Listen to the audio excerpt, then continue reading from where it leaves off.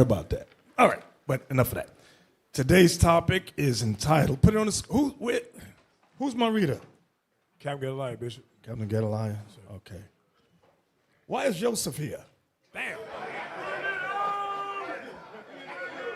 I didn't even tell Joseph I was going to be here. He is here. How you know I was here? How you know I was here? He's a fact. He got that bulletin.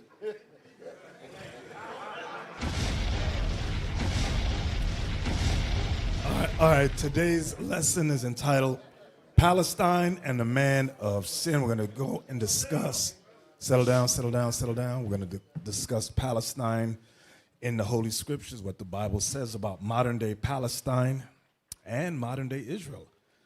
All right, so let's open up with the first book. I'm going to go through a little history first. Let's go to the first book, Lost Tribes, a Myth. Yes, sir. The Lost Tribes, a Myth, by Alan H. Godby. Now, I told you brothers to get the books before I even put them up. So if y'all chose not to get them, shame on you. Go ahead. Yes, sir. What year was this book? 1930, Duke University Press. All right. Ready, Bishop? Oh, Alicia's here too. I just looked out. How come I ain't got the mic thing? You didn't bring it? Okay, not a problem. All right, go ahead, Cap. I'm sorry. Yes, sir. These facts have a peculiar significance when the presence of Judaism among American Negroes is to be considered. What? Judaism among American Negroes. Good. Hundreds of thousands of slaves were brought to America from this Western Africa during the days of the traffic, beginning nearly 400 years ago. How much more of Judaism survived amongst West African Negroes in that earlier time? So in this book, the author is saying that amongst the West Africans that came into slavery, Judaism was their religion, a lot of them. So now the question is, how much has remained? Now, this has never been taught anywhere. Go ahead. As persecuted communities, they were rather more in danger than other Negroes of being raided by war parties and sold as slaves. It may be considered certain that many partially Judaized Negroes were among the slaves brought to America. I'm sorry, people are talking on the right over here. Everything okay on the right? Go ahead, we don't. It may be considered certain that many partially Judaized Negroes were among the slaves brought to America. Wait, read that part again. It may be considered certain that many partially Judaized Negroes were among the slaves brought to America. Jump down next paragraph. On the Cabinda coast in Portuguese West Africa is an interesting group of Negro Jews known as Mavumba. And you can look them up. They're still around today. Good. They are skillful smiths and potters and consequently prosper. Ratzel considers them connected with a colony of Jews expelled from Portugal and settled in San Tome Island. Right, so a lot of history books talk about the Jews being expelled from Spain, but there's only a few references that prove that and explain that they were black. Because the white man took that history and said, oh, that was them, expelled to Africa. No, it was not the white man expelled to Africa. Read that part again. Yes, sir. Ratzel considers them connected with a colony of Jews expelled from Portugal and settled on San Tome Island. The Portuguese discovered San Tome in 1471, finding it very unhealthy. King John II of Portugal in 1884, 1484, offered the Jews of his dominion the pleasant alternative of submitting to baptism or settling in San Tome. Baptism, when you read many other books, it tells you it goes into being slaves under the Christian church. That's the baptism they're talking about. Next page. Go ahead. For the present case, from the beginning of the San Tome Jewish colony, there should have been Negro Jews who had no white blood. Meaning pure bloods, because in Spain and Portugal, we were mixing with Edomites. We were mixing with white people. So it's telling you about a particular group that had no white blood. Go ahead. Just as there were persons of mixed blood who had no Judaism. So you had mixed Negroes who were Jews that were not practicing Judaism. Go ahead. In seeking for traces of white blood as evidence of Jewish ancestry, the earlier ethnologists were astray at the outset. Right. So now, I was looking up the word. Give me the next page. I was looking up the word ruddy. And you see that section that they call themselves? Look at that right there. Yes, sir. They call themselves also pole or foul, plural, polby or phoby, ruddy, clear brown people. So they let you know that ruddy means clear brown people. No blemishes. That's all that means. Right. Give me the next book. Now, we all have this.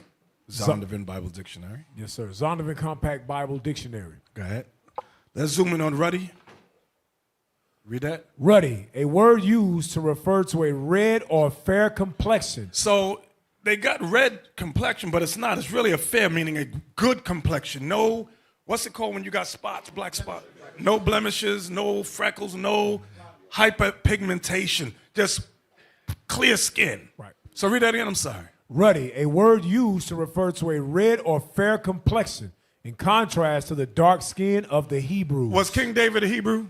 Yes, sir. So it's telling you he was dark. And was Jesus Christ a Hebrew? Yes, sir. You were dark. They're all dark. It's telling you they're all black people. Right. That's what it's telling you right there. But the white man plays with words. Ruddy means, you got Negroes on the internet right now arguing the definition of ruddy. It means red. Yep. Give me the next page. Now let's look up Ham at the bottom. Yes, sir. Ham, the youngest son of Noah, born probably about 96 years before the flood, and one of 8 persons to live through the flood. He became the progenitor of the dark races. Let's see about us. Go ahead. Not the Negroes. So Ham was not the father of the Negroes. That's why we looked at ruddy first, about the dark skin of the Hebrews, because they know that the Negroes come from the Hebrews. Everybody understand that? Yes, sir. Go ahead. But the Egyptians, Ethiopians, Libyans, and Canaanites. So now the question is, who renamed the continent of Ham? Give me that Psalms 105:23. Psalms 105 and verse 23. Yes, sir. The book of Psalms, chapter 105, verse 23. Israel also came into Egypt, and Jacob sojourned in the land of Ham. So it's telling you that that continent was called the land of Ham. That's where those dark Hamites, the dark races, were. Give me Psalm 78:51. Yes, sir. The book of Psalms, chapter 78, verse 51. And smote all the firstborn in Egypt, the chief of their strength in the tabernacles of Ham. See that? The tabernacles of Ham. Now, Psalms 49 and 11. We often read this. Yes, sir. The book of Psalms, chapter 49. Because the continent's no longer called Ham. Okay? It is called Africa. Read that. Psalms, chapter 49, verse 11. Their inward thought is that their houses shall continue forever. Now, the there is the so-called white man. Their inward thought is that their houses will continue forever. Go ahead. And their dwelling places to all generations. Here it comes. They call their lands after their own names. They call the lands that they take over, that they conquer, after their own names. Give me the next book.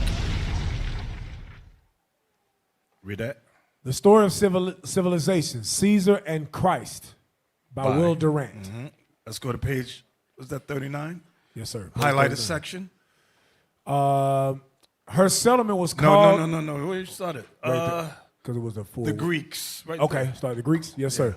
The Greeks transformed the name into Carchedon, the Romans into Carthago. For meaning Carthage. Go ahead. The Latins gave... The Latins is the white man. That's Esau. Go ahead. The Latins what? The Latins gave the name Africa to the region around Carthage and Utica, and followed the Greeks in calling its Semitic population Poani, i.e. Phoenicians. Because they also started calling us Phoenicians.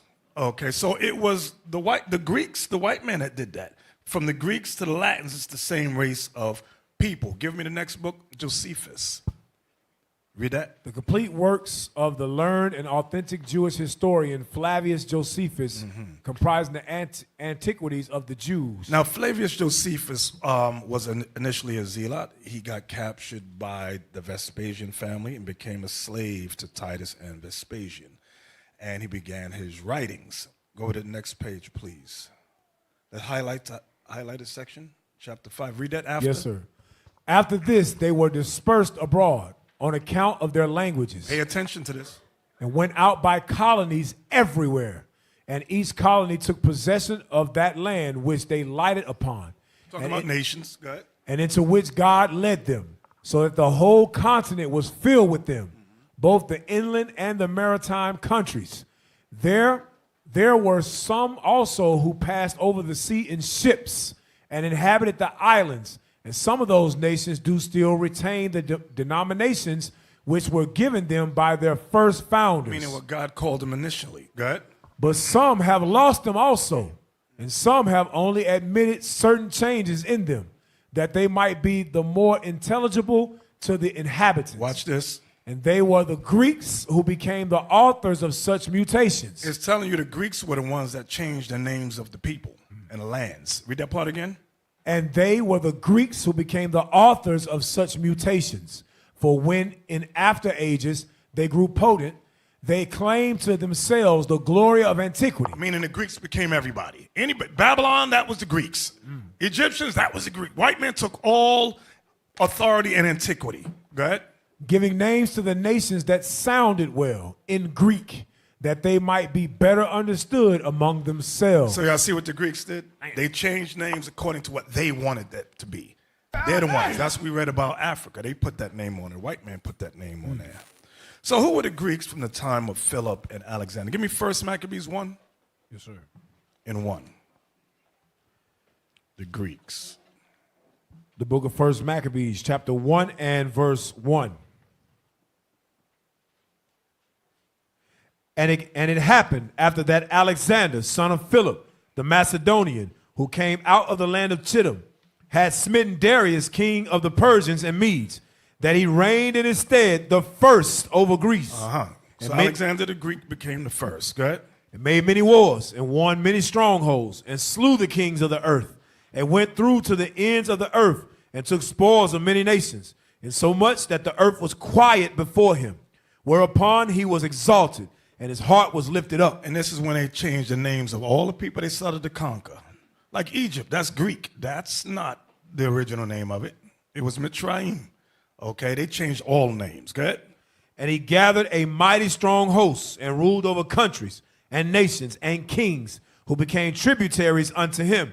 And after these things he fell sick, and perceived that he should die. He caught syphilis and died. Go ahead. Wherefore he called his servants, such as were honorable, and had been brought up with him from his youth, and parted his kingdom among them, while he was yet alive.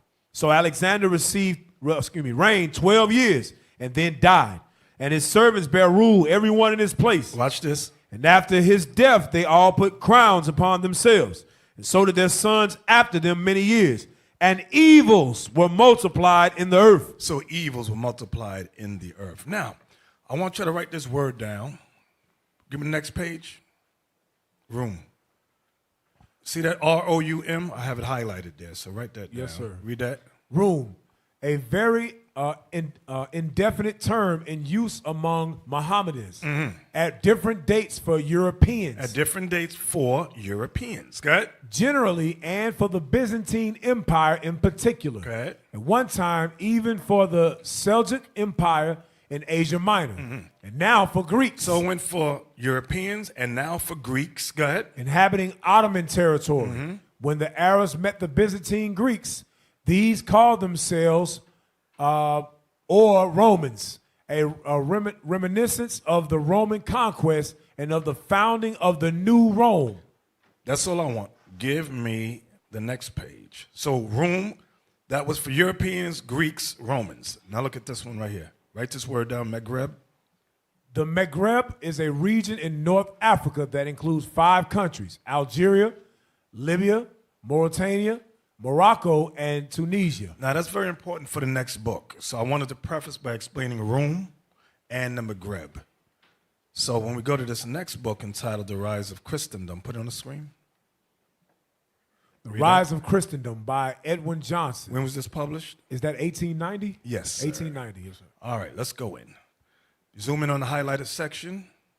In the land? In the land of Rome. In the land of Rome. Go ahead. And of the Maghreb. That's what I gave y'all those two words, those two names. Go ahead. Was a great empire that of the Ionians or Greeks. King Philip was a descendant of Esau, King Philip was a descendant of Esau. Go ahead. son of Isaac. Son of Isaac. In his kingdom, there was a town, Macedon, residence of the kings of Greece. All right, so Philip was an Edomite. King Philip. Come on, brother. Give me the next page. Zoom in. Philip paid tribute to Dara, like the other kings. But when Dara the younger succeeded, he was attacked and slain by Alexander, reputed son of Philip. So I was letting you know, Alexander the Greek and his father Philip were Edomites. Everybody see that, right? That's right. All right. So it shouldn't be no question what were they. Those were Edomites. You got a dude on YouTube talking about what happened to the Edomites. They still around. You are Edomite. That's right. The hell you talking about? Yeah. Give me the next book. He's here. Edom is here. The Chronology of Ancient Nations by Dr. C. Edward Satchow, 1879. 1879. Let's go inside the book. Highlighted section at the bottom. Read that. That Alexander was the son of Philip is a fact too evident to be concealed. His pedigree is stated by the most celebrated genealogists in this way. So you see his name, Philip. Philip. You got Hermes. Hermes. Go to the next page. I mean, move over. Yeah, right there.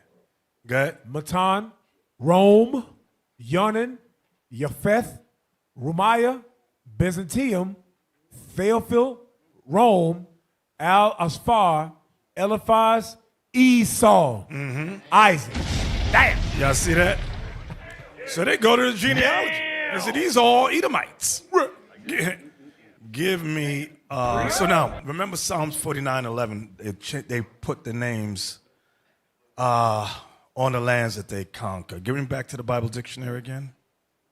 And let's go back inside regarding Ishmael. Ishmaelite. Read that, the highlight. Yes, sir. Ishmaelite. The highlight part on the side. Yes, right? just a highlighted part. Oh, wait, go over to the side, please. Go over. All right, here we go. All Arabs, following Muhammad's example, claim descent from Ishmael. So the scholars know that Arabs descend from Ishmael.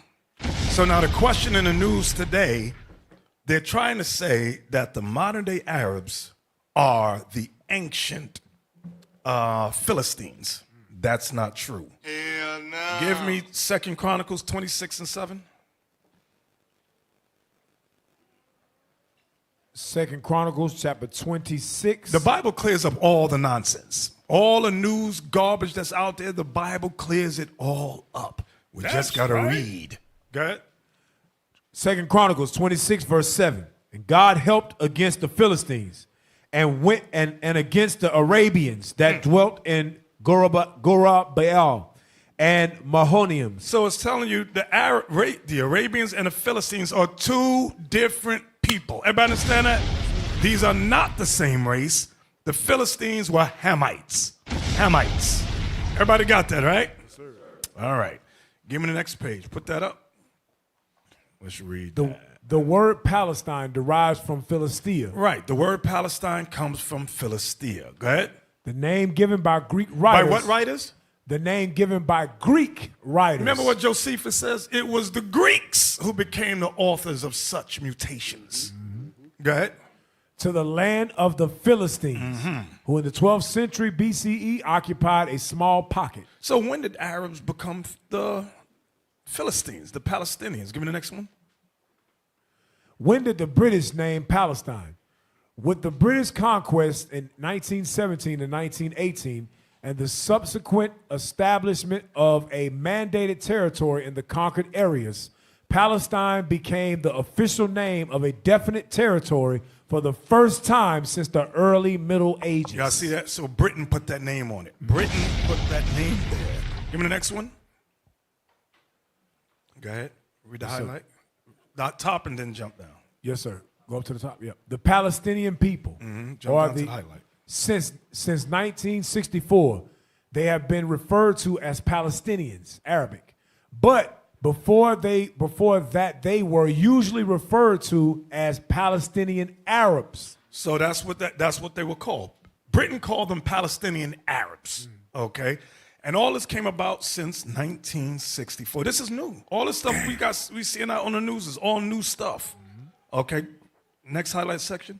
During the period of the British Mandate, the term Palestinian was also used to describe the Jewish community living in Palestine. So you have Palestinian Jewish people and Palestinian Arabs. They were all Palestinian, they called them. That's what Britain did. Let's open up with Isaiah chapter 10. So that lays the foundation for today. We're going to open it with Isaiah chapter 10.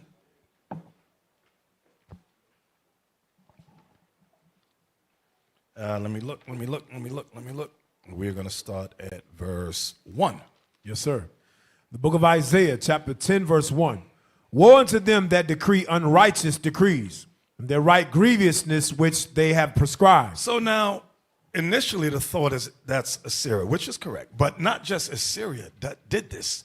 Many nations have done this. So unrighteous decrees. Let's put that up. Here is an unrighteous decree. Read that. Anti-literacy laws in the United States from 1740 to 1867 prohibited black people from learning to read or write. So Isaiah 10 and 1 again. Isaiah 10 verse 1. Woe unto them that decree unrighteous decrees, and their right grievousness which they have prescribed. So there's they here in this context, we talking about white folks. Right. Go ahead. To turn aside the needy from judgment. We're the needy. To turn aside the needy from God's judgment. Go ahead. To take away the right from the poor of my people, that widows may be their prey. That widows may be their prey. And that they may rob the fatherless. That they may rob the father. I'll give you an example. Remember when Malcolm X's daddy got murdered and his mama went to get the insurance money? Esau kept the money and said, no, he killed himself. She said, how did he kill himself? He tied himself up and laid himself down on the train tracks. Damn. So read that verse again. Yes, sir. Verse 2. To turn aside the needy from judgment, and to take away the right from the poor of my people, that widows may be their prey, and that they may rob the fatherless. That's what they did. Read on. And what will ye do in the day of visitation, and in the desolation which shall come from far? To whom will ye flee for help? And where will ye leave your glory? Watch this. Without me they shall bow down under the prisoners. Without God, we're going to bow down under the prisoners. Go ahead. They shall fall under the slain. For all this his anger is not turned away, but his hand is stretched out still. So the Lord has been very angry, but his hand is stretched out to us. Watch this. O Assyrian, the rod of mine anger. O Assyrian, the rod of mine anger. Go ahead. The staff in their hand is mine indignation. Now watch this. We're coming right back here, Cap. Get Psalm 17:13. We're coming right back here, though. The book of Psalms, chapter 17, verse 13. Arise, O Lord, disappoint him, cast him down, deliver my soul from the wicked, which is thy sword. Y'all see that right there? Read that part again. Yes, sir. Arise, O Lord, disappoint him, cast him down, deliver my soul from the wicked, which is thy sword. So the wicked is God's sword. So when we go back to Isaiah 10 and 5 again. Yes, sir. Isaiah 10 verse 5. O Assyrian, the rod of mine anger, and the staff in their hand is mine indignation. The Lord used Assyria to whip the hell out of us. That's what he did. So come on, brother. Back to verse 1 again. Verse 1.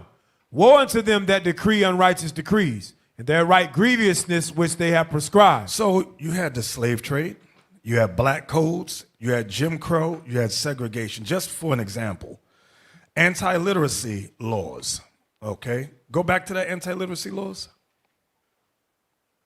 Read that. Purpose. White elites feared that black literacy would threaten slavery by enabling enslaved people to escape, share ideas, and revolt. Raise it up. States. These laws were passed in many states, including Alabama, Georgia, Louisiana, Mississippi, North and South Carolina, and Virginia. Raise it. Penalties. Those who are caught learning to read or writing face violent punishment, being sold or even death. Wow. Now let's talk about Jim Crow. Give me that next one. Jim Crow. Read that. Jim Crow laws banned blacks from such places as restaurants, hospitals. So these are unrighteous decrees, what I'm showing you. Unrighteous decrees. Go ahead. Parks, schools, and barbershops. The outcome of these laws resulted in the creation of separate drinking fountains, public facilities, and entrances for blacks. Next one, Jim Crow. Strange Jim Crow laws. It shall be unlawful for a Negro and white person to play together or in company with each other at any game or pool or billiards.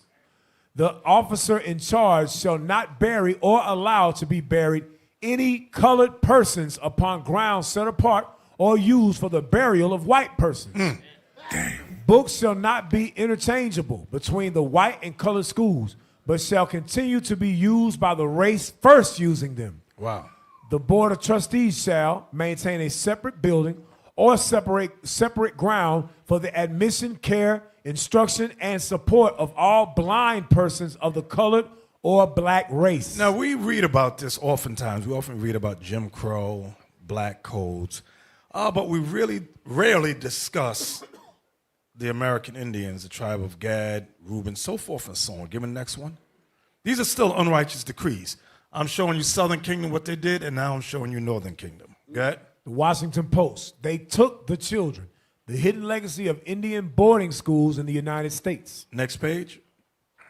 From 1819 to 1969, the U.S. government separated Native American children from their families to eradicate their cultures, assimilate them into white society, and seize tribal land. Now raise it up. I want to make sure we see the whole image too. Right. Give me the next page. European settlers waged war against Native Americans for centuries, decimating tribes through violence and spreading Through what? Decimating tribes through violence Go ahead. and spreading disease. By the 1800s, the U.S. government continued to grapple with what it called the Indian problem. The Negro problem, like they said about us. Right. Go ahead. Damn.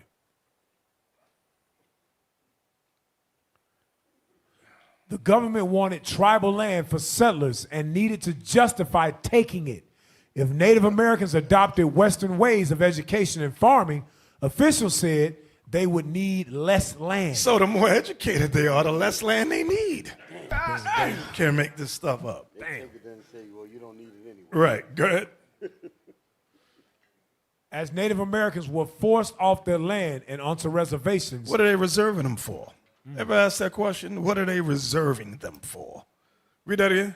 As Native Americans were forced off their land and onto reservations, the government established day schools for their children, but U.S. leaders concluded they needed to be more aggressive to fully eradicate their cultures. Next one. You know what's funny, Bishop? That statement above it, go back to that writing again. It's quite obvious. Read it again. As Native Americans were forced off their land and onto reservations, the government established day schools for their children. So what was the purpose of that? Go ahead, read. But U.S. leaders concluded they needed to be more aggressive. So the first thing about them putting them on reservation and establishing day schools was to fully eradicate them. They said it has to be more aggressive. In other words, them establishing those schools and reservations, that wasn't aggressive enough. But their ultimate plan was to totally wipe them out. Right. Next one.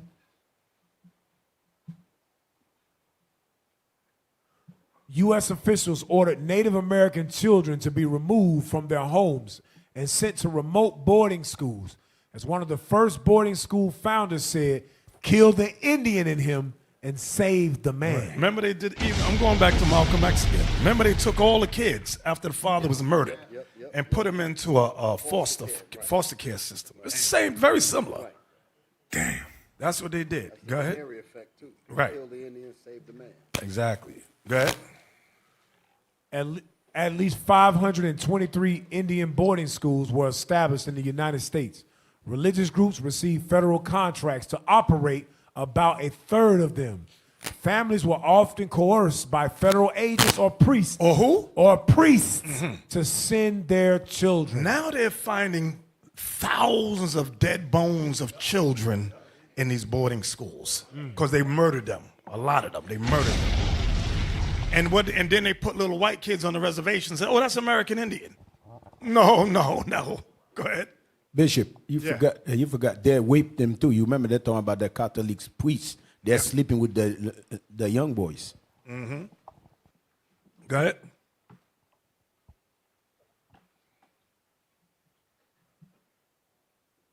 All right. Physical abuse, disease, and malnutrition were widespread in the schools. Many children were sexually abused by the priests. Y'all see that? That's what Deacon Lava was saying. Many children were sexually abused by the priests. Go ahead. Sisters meaning the nuns. The nuns. Go ahead. Or other members of religious orders charged with their care. And they have not changed to this day. They have not changed. Look at the little demonic demons. Next one. An unknown number of children died at the Indian boarding schools. Many of them were buried in unmarked graves.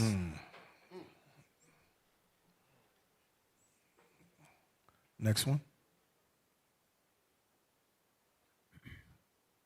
After two crucial government reports. Critical. Excuse me. After two critical government reports, most of the Indian boarding schools closed. By then, generations of Native Americans had attended. Many children and their families were left deeply scarred. Mm-hmm.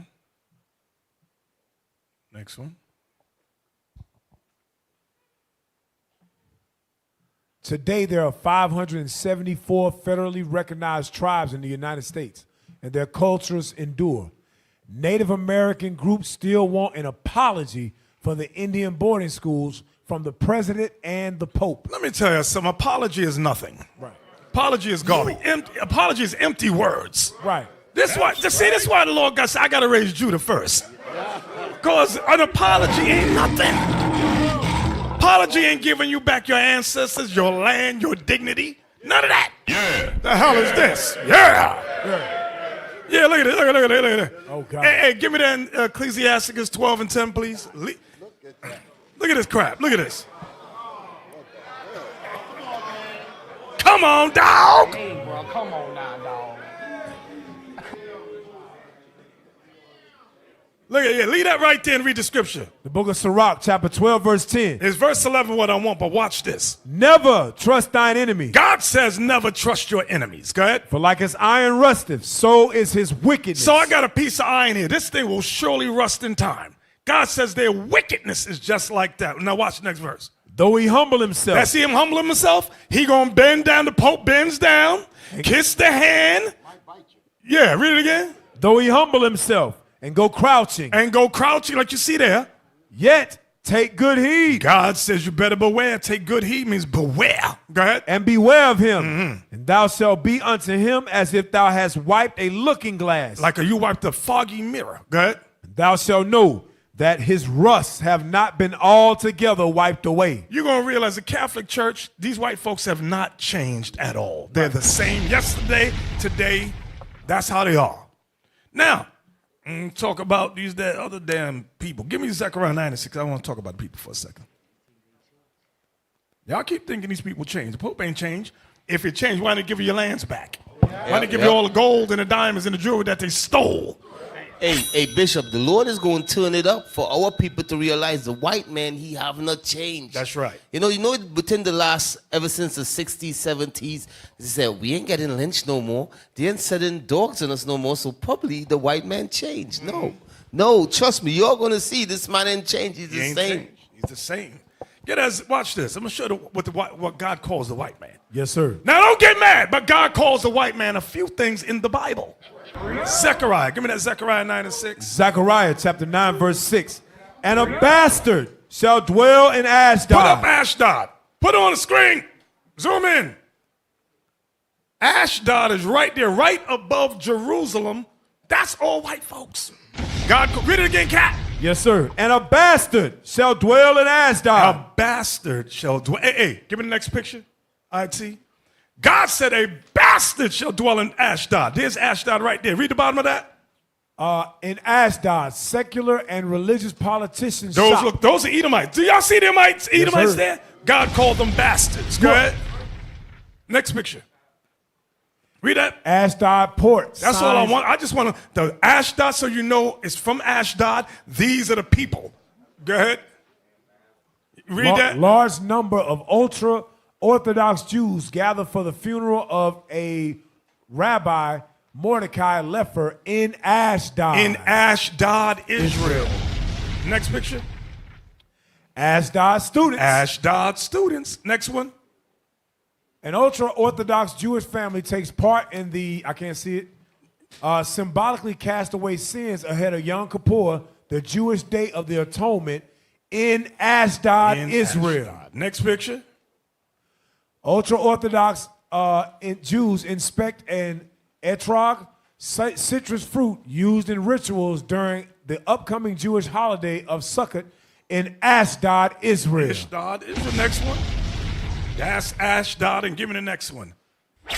So now read Zechariah 9 and 6 again. Zechariah 9 verse 6, and a bastard shall dwell in Ashdod. Good. And I will cut off the pride of the Philistines. God said, I'm going to cut off the pride of the Palestinians. That's what he's saying. I'm going to cut off their pride. Write that down. The Philistines there is the Palestinians. Ashdod there is the white man that calls himself Jewish. How come preachers don't read that when it says a bastard? And they'll be at home right now saying we using cuss words. That's in the Bible, sister. It's in the Bible. God calls them bastards. The hell is it? Well, you ain't supposed to say it. Shut up, you damn lying Christians. The hell is this? Where we at? Isaiah 10 and 12. Go back to Isaiah 10. We was there. We read 1 through 5. Let's just jump down to verse 12. Yes, sir. The book of Isaiah, chapter 10 and verse 12.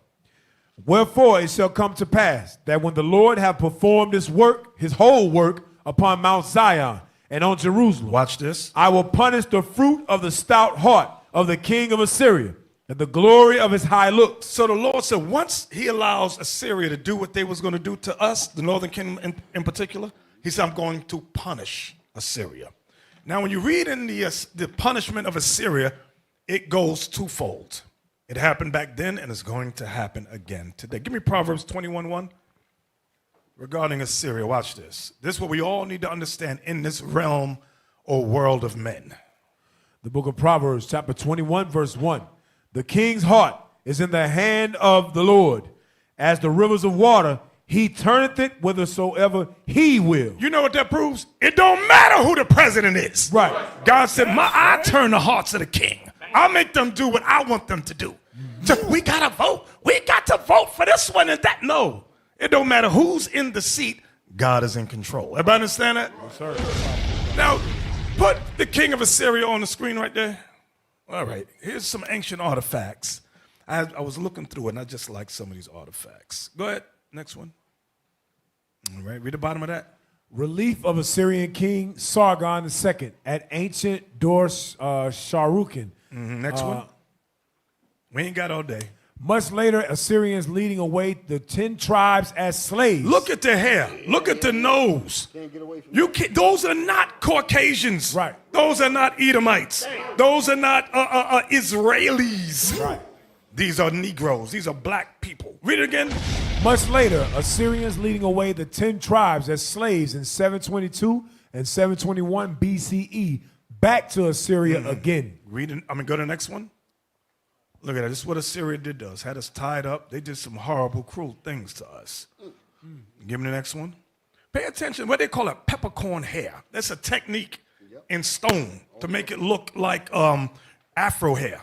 They call it peppercorn hair. You see how he's stabbing the dude in the neck? Yep. Give me the next one. Read that. The Assyrian enslavement of the Hebrews. The Israelites struggle in a foreign land. Give me the next one. Torture. How do you look at this and say those are white people? I see brown all in the picture.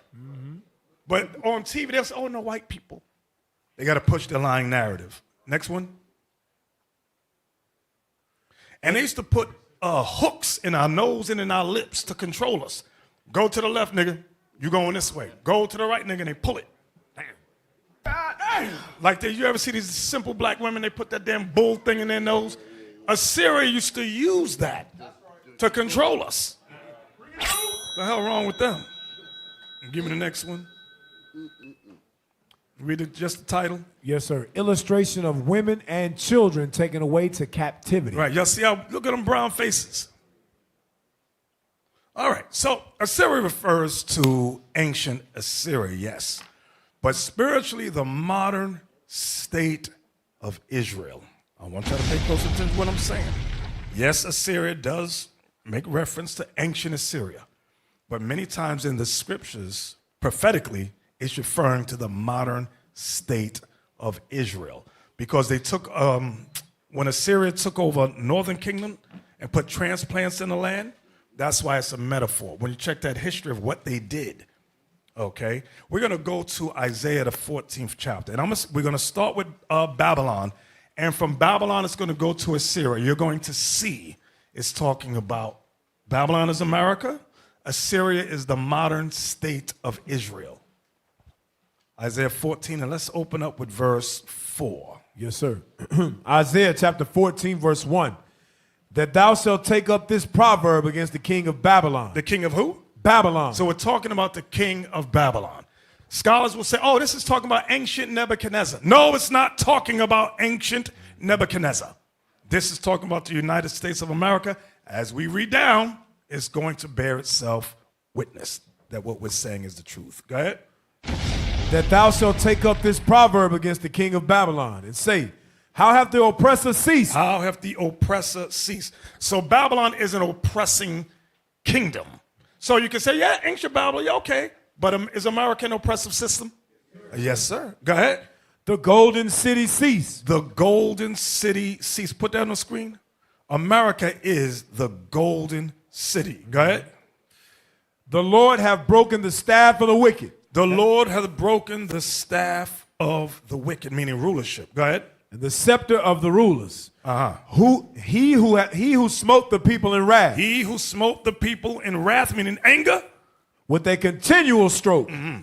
He that ruled the nations in anger is persecuted and none hindereth. Now, you see that right there? When it says, read that again. He who smote the people in wrath with a continual stroke. He that ruled the nations in anger. Now, y'all see that right there? Is this not a anger right here? Do you see the bombs? Read that for us, Cap. Yes, sir. Most bomb-dropping country. Maltria Baco is an Indian country. We don't need that. Get the next section. Okay. A nation. A nation-state version of a psychopath. The U.S. refuses to give up its addiction to bombing innocent people. So this is an example of ruling the nations in wrath and anger. Damn. And it says it's an addiction to bombing nations. Damn. Christian church don't talk about this. Nope. Yeah. Yeah. Women, kids, boys, girls. Give me the next picture. Got to kill them. I got to get next. Yeah, put that. Look, this is, they have an addiction to killing people, civilians even. So what verse you was at, Cap? We was at verse 6, Bishop. You was at 14 and 6 again. Yes, sir. Isaiah 14, verse 6. Hey, by the way, when you look at this, when you see what, for example, what Israel is doing over there to Palestinian, guess who's dropping them? America's behind it. Right. Don't get it twisted. Mm-hmm. I know some of you say, oh, I'm doing it, but guess where all these weapon bombs come from? Right. America. And America keeps saying, oh, ceasefire, you killing innocent people. No. Behind closed door, America continue to give them money and weapon. Kill more, kill more. That's what America's telling them, kill more people. Yep. Exactly. Where you at, Cap? Isaiah 14, verse 6. Read. He who smote the people in wrath. He who smote the people in wrath. With a continual stroke. Meaning it don't stop. That's the addiction. The author of the article was saying they have an addiction to killing and murdering people, to dropping bombs. Go ahead. He that ruled the nations in anger. He does not rule nations in happiness. It says in anger. Go ahead. Is persecuted. His persecution will come. America will be persecuted, sure to come. Go ahead. And none hindereth. And once that persecution starts, brothers, nobody's going to be able to hinder. No one, meaning no one's going to be able to stop it. Everybody understand that, right? Yes, sir. Go ahead. The whole earth is at rest and is quiet. So when they get persecuted, the Bible foretells the whole earth is at rest and is quiet. Go ahead. They break forth into singing. Everybody going to break forth into singing and rejoicing when Babylon is persecuted. Go ahead. Yea, the fir trees rejoice at thee, and the cedars of Lebanon saying, since thou art laid down, no feller is come up against us. Now verse 8. I want you to look at verse 8. Read verse 8 again. Yes, sir. Yea, The fir trees rejoice at thee. The fir trees, these fir trees that rejoice is also mainly going into the people that live there. Go ahead. And the cedars of Lebanon. And the people of Lebanon. Go ahead. Saying, since thou art laid down. Since America was taken down. No feller is come up against us. Nobody's killing us no more. Because like Deacon Malachi said, all the weapons that Israel is using in Lebanon is from the United States of America. They are complicit. Go ahead, what verse we at? Verse 9. Hell from beneath. Hell from beneath is moved for thee to meet thee at thy coming. So the hell from beneath meaning the nations. The hell is referring to the nations. It's going to explain it as we read on. Go ahead. It stirreth up the dead for thee. So the hell is the dead. He's going to make it crystal clear in this next part. Go ahead. Even all the chief ones of the earth. See that? These are the kings of the nations. That's in hell under America. Everybody see that? Read it again. Hell from beneath is moved for thee to meet thee at thy coming. So as America is persecuted and coming down, it says hell from beneath is moved to meet them at their coming, thy coming down. Go ahead. It stirreth up the dead for so thee. the dead in hell is stirred up. This is a metaphor. It's going to tell you who it is. Go ahead. Even all the chief ones of the earth. Even all the chief ones of the earth. And if you don't know who the chief ones of the earth is, the next part makes it more clearer. Go ahead. It have raised up from their thrones all the kings of the nations. That's the proof right there. So the kings of the nations are the chief ones, are the dead, are in hell living underneath the United States of America. Economically, with produce, all of that, America is the one that subdues all nations. And nations is pissed off. Okay? Even all the kings of the give me that next picture, the other one. I get you that one on the screen. This is all the kings of the earth, for example. And there's more than this. But this was their G20 summit. Read. Verse 10. All they shall speak and say unto thee, art thou also become weak as we? Why are they saying that? Go back to the bottom of verse 6. Read 6 again. Yes, sir. Verse 6. He who smote the people in wrath with a continual stroke, he that ruled the nations in anger, is persecuted and none hindereth. See that? Is persecuted and none hindereth. Now verse 10. All they that speak and say unto thee, art thou also become weak as we? Because they're being persecuted. All the nations is going to look at America and go, aha, you have an Achilles heel. You have a weak spot. Now we know how to hit you. Yeah. Read that again. All they shall speak and say unto thee, art thou also become weak as we? Art thou become like unto us? Watch, read. Thy pomp is brought down to the grave. Put the pomp. Is this not an example of pomp, of pride? Look at his face. Thy pomp shall be brought down to the grave. So America first, America first. Mosiah said, your pomp going to be brought down to the grave. Read that again. Give me the next picture.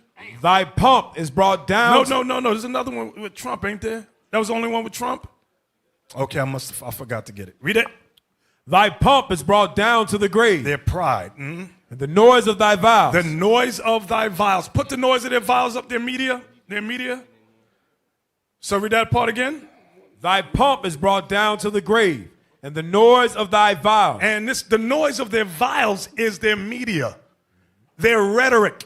It ain't just vials. We usually refer to it with music. Their music is their policies that goes through their media, right? That's what they use to go, and their media is worldwide.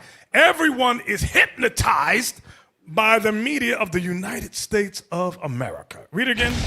Thy pomp is brought down to the grave, and the noise of thy vows. The worm is spread under thee. Corruption. Go ahead. And the worms cover thee. How art thou fallen from heaven, O Lucifer? Stop right there. Notice what he's calling Babylon now. Read verse 4 again.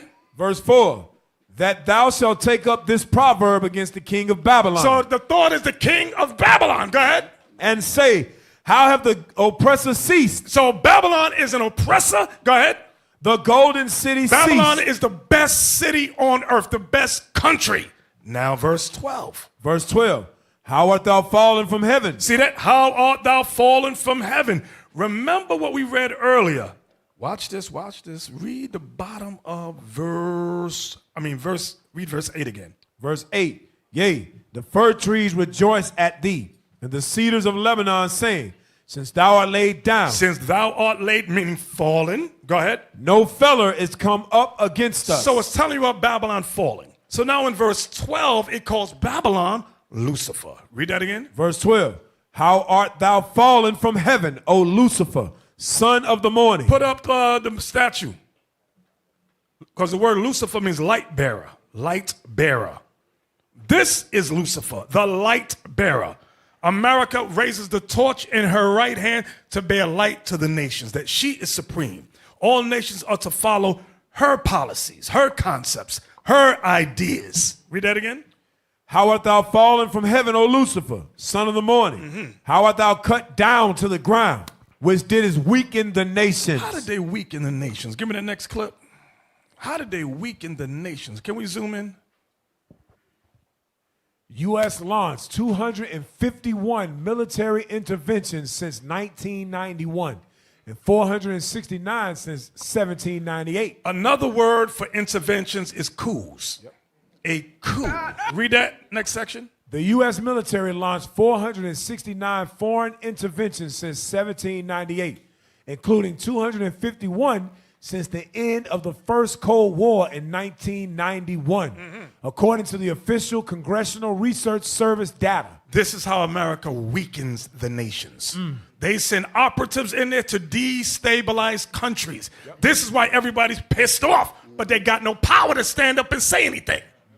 Damn. Next picture. Huh? Hold on.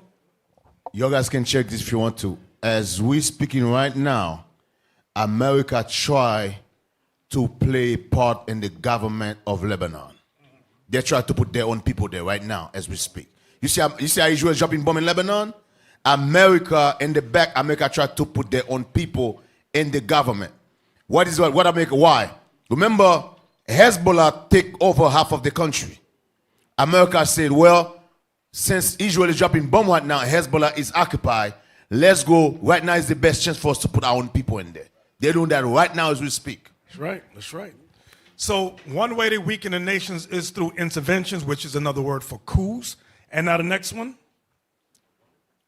The new confessions of an economic hitman.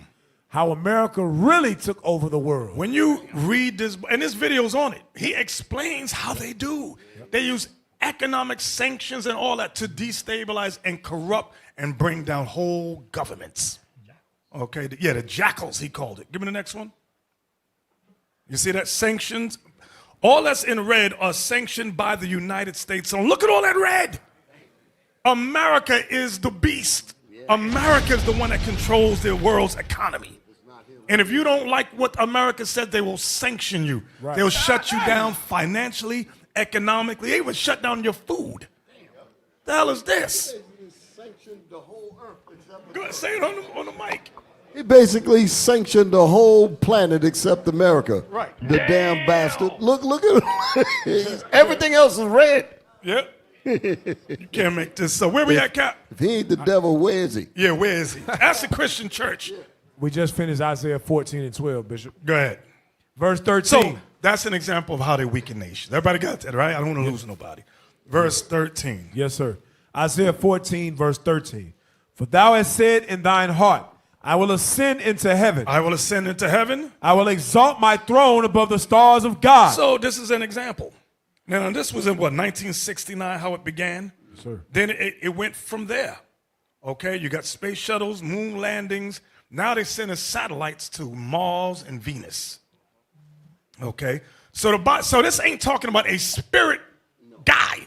This is talking about an oppressive kingdom on earth that weakens nations, that bombs nations, that's going to the moon and beyond. Read that again. Yes, sir. For thou hast said in thine heart, I will ascend into heaven. I will exalt my throne above the stars of God. I will sit also upon the mount of the congregation in the sides of the north. So what does that mean? Hold that. Let's see what the congregation is first. Exodus 12:47. I want to write this down. Who is the congregation Babylon, Lucifer would sit on? I want to know who the congregation is. The book of Exodus, chapter 12, verse 47. All the congregation of Israel. Whoa! So the congregation is the Israelites. So when we go back to Isaiah 14, read that bottom half again. Isaiah 14:13. I will exalt my throne above the stars of God. I will also sit upon the mount of the congregation in the sides of the north. Meaning North America. Give me the next one. This is how they sit on us. It's called slavery. All right. Read that copy. A documentary history of slavery in North America. Where? In North America. In the sides of the north. Next one. What actually happened in 1619, the origins of slavery in North America. Where? North America. In the sides of the north. Go back to Isaiah 14, please. Isaiah chapter 14, verse 14. I will ascend above the heights of the clouds. I will ascend above the heights of the clouds. Give me the heights of the clouds, please. Yes, I will ascend above the heights of the clouds. Next one. Okay, read. I will ascend above the heights of the clouds. I will be like the Most High. What does it mean I will be like the Most High? Give me the next one. That's what it means. Damn. He painted himself worldwide as God. I will be like the Most High. You think about God and the earth, you think of the white man. You don't think Chinese, Japanese, African, Arab, nothing. You think white man. Next picture. That's I will be like the Most High. Next one. Damn. Read that. The religion. The religion of whiteness. This book goes into how everything is white. They became the people of antiquities. They were Sumer from way back in Genesis 6 and all that. They are Nimrod. They're everybody. So what the hell? And it tells you, yeah, they the last samurai. They are the last Negro. They the hell is this? They're the last of the Mohicans. They are everybody on the planet Earth. Yeah, they Django. The hell is this? The hell is this? Yeah, where we at, Cap? We're Isaiah 14 and verse 15 now. Bishop. Isaiah 14:15. Read 14 again. Verse 14. I will ascend above the heights of the clouds. They have planes. Go ahead. I will be like the Most High. They paint themselves as God, as Christ, as the angels. Go ahead. Yet thou shalt be brought down to hell. See that? Yet you shall be destroyed. The Bible says you shall be brought down to hell. Go ahead. To the sides of the pit. So you're going to be destroyed. Watch this. They that see thee now shall... watch the man. You can't just run. You got to take this verse slow. Yes, sir. They that see thee shall narrowly look upon thee and consider thee, saying, is this the man that made the earth to tremble, that did shake kingdoms? Wait a minute. So it's telling you that Lucifer is man on earth. Right. It's telling you Babylon is man on earth. The oppressive kingdom is man on earth. And it's the white man. It is the white man. There's no ifs, ands, buts about it. No, what if, maybe this. No, it's the white man. This so-called white man. This is him. Read that verse again. Yes, sir. They that see thee shall narrowly look upon thee and consider thee, saying, is this the man that made the earth to tremble? That made the earth to tremble. Give me the next picture. That made the earth to tremble. IT, made the earth to tremble. We got the man. Made the earth to tremble. Yes. That made the earth to tremble. Go ahead. That did shake kingdoms. Next picture. Come on, IT. That did shake kingdoms. Because what we're reading here goes right back. What verse was that, y'all? That was verse 16. I know, but it goes right back to the ruled the nations. Where was that? Oh, verse 6. Yes, read 6 again. Yes, sir. Isaiah 14 and 6. He who smote the people in wrath with a continual stroke, he that ruled the nations in anger, is persecuted and none hindereth. Y'all see that? Now go back to where we was at. Verse 16. They that see thee shall narrowly look upon thee and consider thee, saying, is this the man that made the earth to tremble? This is the white man. Go ahead. That did shake kingdoms. They're the ones that shake kingdoms by dropping bombs. Go ahead. That made the world as a wilderness. Look at this. That made the world. You're looking at it in real time. And then in church, you're sitting in church. I don't know who this is talking about. You're looking at all the devastation and destruction and are still confused. You're purposely stupid. Nobody else is doing this but them. That's what you got to think about also. Who else is doing this kind of destruction? Nobody but this red dragon beast. Nobody else. That's the reason why the Most High put that color on him. Exactly. So you can't make a mistake and say, oh, it ain't him. You're right. There you go. Right. Where we at? Verse 16, Bishop. They that see thee shall narrowly look upon thee and consider thee, saying, Is this the man that made the earth to tremble? And when y'all reading this on the street, you want to stress the man, the man. Don't just run by it, because Negroes are simple. We are slow-minded people. You got to repeat it and ask the listener, or who did it say a spirit, or did it say the man? The man, the man, the man. Repeat after me. The man, the man, the man, the man. That's what it's talking about. Right. But Bishop, when you ask him on the street, he got to look back to see if the man is looking at him. Yeah. He'll go like this. Right? Is white folks looking at me? I don't want to say nothing. White folks are looking at me. The hell is this? What verse we had, Cap? Verse 17 now, Bishop. Isaiah 14:17. That made the world as a wilderness. That made the world as a wilderness. And destroyed the cities thereof. Destroyed the cities thereof. That opened not the house of his prisoners. We're the prisoners. Remember, he's sitting on us in the sides of the north. He didn't open his kingdom to us. Go ahead. All the kings of the nations, even all of them, lie in glory. Now that goes back, put that right back up to G20. All the kings of the earth, all of them wait for their moment to rule. I know it was a while ago, but it should still be in the, that one. So read that again, Cap. Yes, sir. All the kings of the nations, even all of them, lie in glory. Everyone in his own house. Meaning all nations are waiting for their opportunity to rule. They said once America go down, it's game on. Every nation for himself. That's why it's called a race. Every race wants to rule. Every race wants to dominate. But for some reason, Negroes, we don't want to rule nothing. We don't even want to rule our damn house. Damn. The hell is this? Damn. Where we at, Cap? Verse 19, Bishop. Go ahead. But thou art cast out of thy grave like an abominable branch. So this white man's going to be cast out of his grave like an abominable branch. Go ahead. And as the raiment of those that are slain. Like the clothes from dead bodies. Go ahead. Thrust through with a sword. That go down to the stones of the pit. Read. As a carcass trodden under feet. Thou shalt not be joined with them in burial. So they're not going to have an honorable burial. This white man that did so much devastation and destruction will not have an honorable end. That's what the Bible prophesies. Go ahead. Because thou hast destroyed thy land. Put Fauci up. Put Fauci back again. Thou hast destroyed. Damn. They orchestrated that. It's all coming out in the news now. These demons orchestrated that. Right. To lower the population number. Kill half the population. Yes. Go ahead. Thou shalt not be joined with them in burial, because thou hast destroyed thy land. Thou hast destroyed thy land. And slain thy people. And they've slain their own people. They don't care if they got to kill a couple of million white folks to get what they want. They will do it. Go ahead. The seed of evildoers. What's the Bible call them? The seed of evildoers. Ooh. Shall never be. Stop. You know what that goes with? Hold that. 1 John 3:10.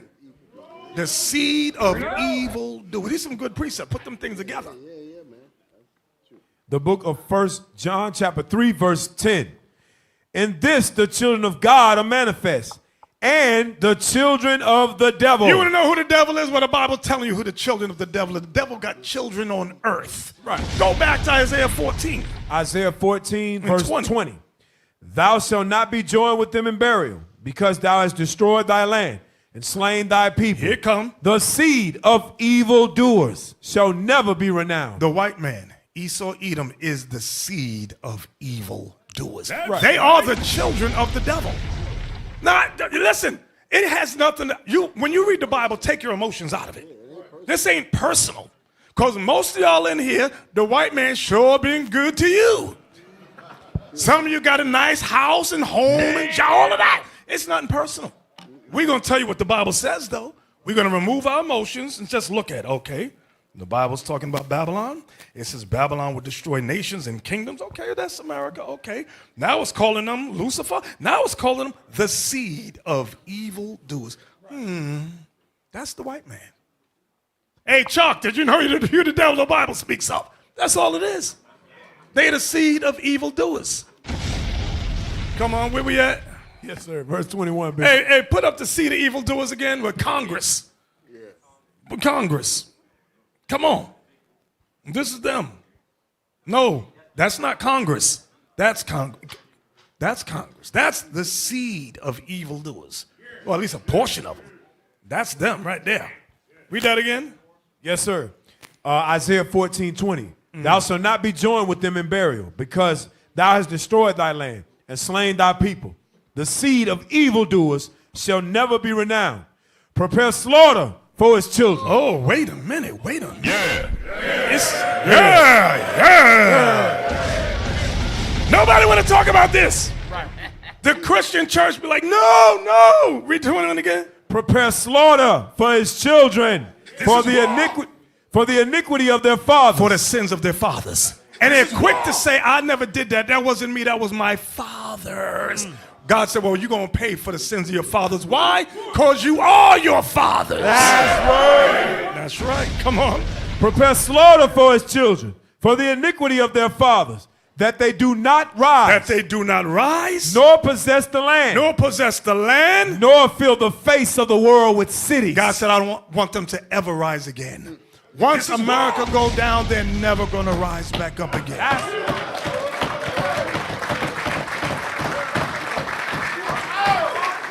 Right.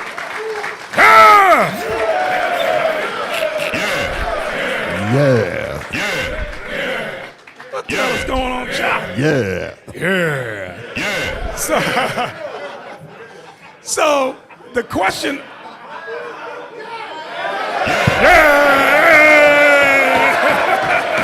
Yeah.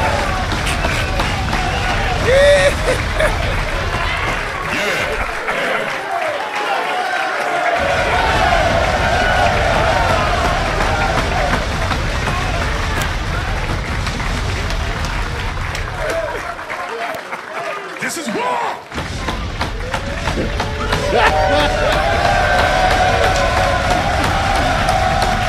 Yeah.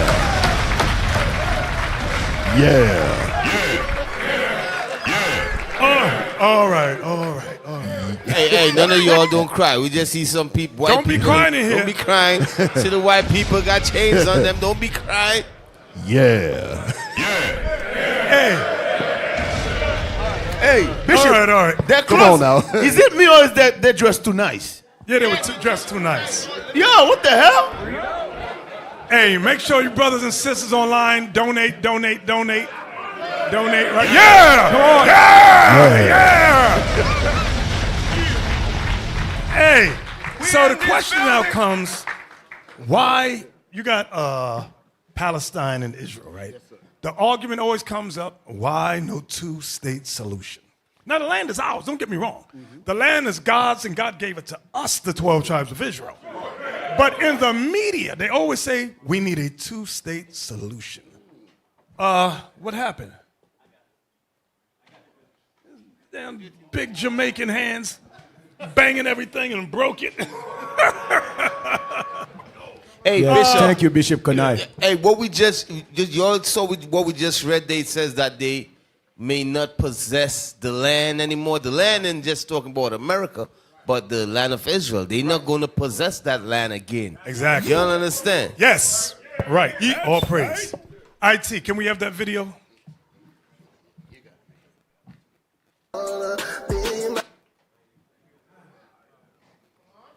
Come on, y'all. Come on, man. Come on. Come on, IT. Listen. Wait. Is that the right one? Is that it? Okay, go ahead.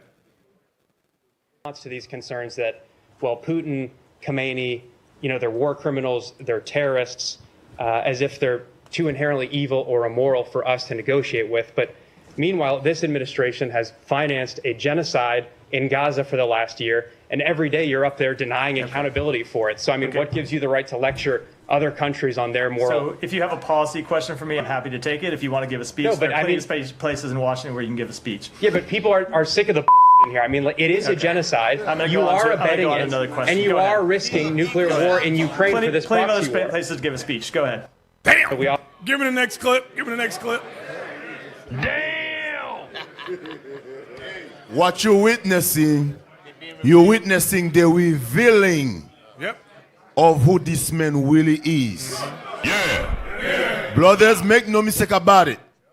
What you see going on right now in the world, they can never come back from it. Right. they're only going to be exposed more and more. Right. So I'm telling you, some of you, stop sleeping. You all got sleeping. And even when they try to initiate peace on this earth, the Bible says sudden destruction will follow. Why? Because you killed a whole civilization's mother, father, children. You killed generations of them. You think they're going to let that slide? No. Now, black people, we let things slide. They'll kill you today, you forget about it tomorrow. But not the Arabs. They're not like that. They say, you know what? We're not going to forget about this. If it takes us years, we're going to sit back in the cut and wait and get revenge. That's what's going to happen. Everybody understand what I'm saying? Give me the next video. Two-state solution. The own solution to this is you give Palestinian rights, you establish a state of Palestine, you stop the Israeli slaughter of Palestinians, you stop the Israeli apartheid state. Israel is dead set against that. The entire Israeli political governance now is dead set against that. Hundreds of thousands of illegal settlers in the West Bank are dead set against that. Smotrich, Ben-Gvir, Gallant, Netanyahu are dead set against that. So my view is it has nothing to do with what Israel wants. It has to do with enforcement of international law. So I want to see this imposed, not because Israel agrees to it, but because it is imposed. And there is one country that stands in the way of imposing this, not Iran, not the Saudis, not Egypt, not Russia, not China, not any country in the European Union, one country and one country alone. And that is because of the United States of America. And Israel lobby, that's what stops the solution that could bring peace. So you see that even the white man saying America's the problem with all nations on the planet. So now, we're going to head right on back to Isaiah 14 again, Cap. Yes, sir. What verse we at? Verse 22 now, Bishop. Go ahead. Isaiah 14, verse 22. For I will rise up against them, saith the Lord of hosts, and cut off from Babylon the name, and remnant, and son, and nephew, saith the Lord. So the Lord's going to cut off all the men. Why? Because men are the ones that produce the children. Okay? And that planter, he said, I'm going to get rid of everybody. Go ahead. I will also make it a possession for the bittern and the pools of water, and I will sweep it with the besom of destruction. So God's going to destroy America. Go ahead. Saith the Lord of hosts. Watch. The Lord of hosts have sworn, saying, surely as I have thought, so shall it come to pass. And as I have purposed, so shall it stand. So all God's purpose shall stand. Go ahead. That I will break the Assyrian in my land. Now God says about the state of Israel, I will break the Assyrian in my land. He's calling the modern state of Israel, since 1948, he's calling them the Assyrian. Go ahead. I will break the Assyrian in my land, and upon my mountains tread him underfoot. Then shall his yoke depart from off them. The yoke is the apartheid system they have established in the state of Israel. There's these little settlers and their movements. They have an apartheid regime on the modern day Palestinians, the Arabs. Read that again. That I will break the Assyrian in my land, and upon my mountains tread him underfoot. Then shall his yoke depart from off them, and his burden depart from off their shoulders. So God said, I'm going to destroy these Assyrians in my land. And I'm going to take that yoke that they have on the people that's in my land that shouldn't be there either, off of them. Go ahead. This is the purpose that is purposed upon the whole earth. See that? This is the purpose that is purposed upon the whole earth. This is what everything's about. Go ahead. And this is the hand that is stretched out upon all the nations. That's right. Come on. For the Lord of hosts hath purposed, and who shall disannul it? Who can change God's purpose? Go ahead. And his hand is stretched out, and who shall turn it back? Watch this. In the year that King Ahaz died was this burden. That's the year that Isaiah saw this vision. Watch this. Rejoice not thou whole Palestina. Y'all see that? We read at the beginning of the class, Palestina is another name for the Arabs, modern day Arabs. Right. So it's telling you that in the land of Israel, which God calls it in Assyria, verse 25, that it will break the Assyrian in my land. So we know his land is the land of Israel, right? I understand that, right? Yes, sir. He's calling the people that's occupying it Assyrian, and he's calling them Palestinia. So that's two groups of people in God's land. One group here he calls Assyrian. The other group he calls Palestina. Read verse 29 again. Yes, sir. Rejoice not thou whole Palestina. That's the Arabs. Because the rod of him that smote thee is broken. See that? So the rod of him that smote thee is broken because America is the one that funnels the weapons to Israel to put that yoke on them. So God said, I'm going to break America, and when I do that, this place in Israel is going to go down too. Read that again. Yes, sir. Rejoice not, thou whole Palestina, because the rod of him that smote thee is broken. So the rod of this white man that is on the Arabs shall be broken. God says don't rejoice too quick now, because you know once that goes down, the Arabs is going to rejoice, screaming Allah Akbar all through the streets. The streets. Go ahead. For out of the serpent's root shall come forth a cockatrice. This is a missile. Read that part again for out. For out of the serpent's Give me a root, missile. For out of the serpent's root shall come forth a cockatrice, and his fruit shall be a fiery flying serpent. And his fruit shall be a fiery flying serpent. So God is telling you what's going to happen in the last days in the land of Israel. Go ahead. And the firstborn of the poor shall feed. And the firstborn of the poor shall feed. That's our people. And the needy shall lie down. Now, how do we know that? Give me that in case. How do you know the firstborn of Exodus 4:22? Yes, sir. The book of Exodus, chapter 4 and verse 22. Exodus 4:22. And thou shalt say unto Pharaoh, thus saith the Lord, Israel is my son, even my firstborn. See that? We're the firstborn. So when we go back to Isaiah 14 again and 30. Isaiah 14 and 30. And the firstborn of the poor shall feed. We are the firstborn of the poor. Go ahead. And the needy shall lie down in safety. We are the needy that shall lie down in safety. Not those people over there that God's naming the Assyrians. Not the Palestinians. Go ahead. And I will kill thy root with famine. See that? I will kill thy root with famine. And he shall slay thy remnant. And he shall slay thy remnant. Come on. Howl, O gate. Cry, O city. Thou whole Palestina. What's going to happen? Art dissolved. What's going to happen to Palestina? Art dissolved. Y'all see that? Art dissolved. Palestine will be wiped off the earth. So God's going to take out this white man that's over there, and he's going to take out the Arabs too. All praises to the Lord. That's right. All praises. Yeah! Read that verse again, 31. Howl, O gate. Cry, O city. Thou whole Palestina art dissolved. For there shall come from the north a There shall smoke. come from the north a smoke. This is a missile, a bomb. Go ahead. And none shall be alone in his appointed It's time. going to be destruction there. Total destruction. Everybody going to get it. Arab going to get it. White man going to get it. Right. Everybody in the land going to get it. Right. Yeah. Go ahead. What shall one then answer the messengers of the nation? That the Lord have founded Zion, and the poor of his people shall trust in it. We are the poor of Zion. We are the poor that the Lord is looking for. Go back to Isaiah 10 now. Yes, sir. And verse 16. Isaiah chapter 10, verse 16. Therefore shall the Lord of hosts, send among his fat ones leanness, and under his glory he shall kindle a burning like the He burning. shall kindle a burning like the burning of a fire. Destruction. Come on. At the light of Israel shall be for a fire, and his Holy One for a flame. The Holy One for a flame. That's Christ. Go ahead. And it shall burn and devour his thorns and his briars in one day. In one day, like it says in Revelation 18 and 8, it's going to take the Lord one day. Go ahead. And shall consume the glory of his forest and of his fruitful field, both soul and body. This destruction that's coming is going to destroy both soul and body. Everybody understand that? Yes, sir. Go ahead. And they shall be as when a standard bearer fainted. It's like you losing the war. When your standard bearer drops, you have lost the war. Go ahead. And the rest of the trees of his forest shall be a few. Going to be a few people. Go ahead. That a child may write them. It's going to be so few people left over there, it said a child going to be able to number them. That's how few it's going to be. Go ahead.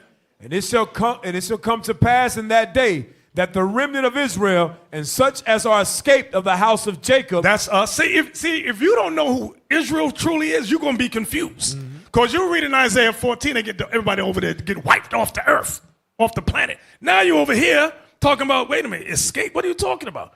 This is talking about the real Israelites escaping. Read that again.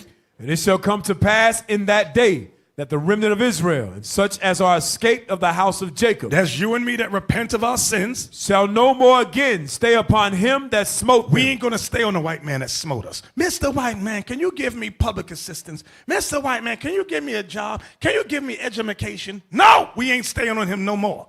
Go ahead. Right. But shall stay upon the Lord. We're going to totally depend on the Lord. Go ahead. The Holy One of Israel, in truth. In truth, not in lies. Go ahead. The remnant shall return, The remnant of Israel shall return. even the remnant of Jacob, unto the mighty God. We're going to return to the mighty God. Read.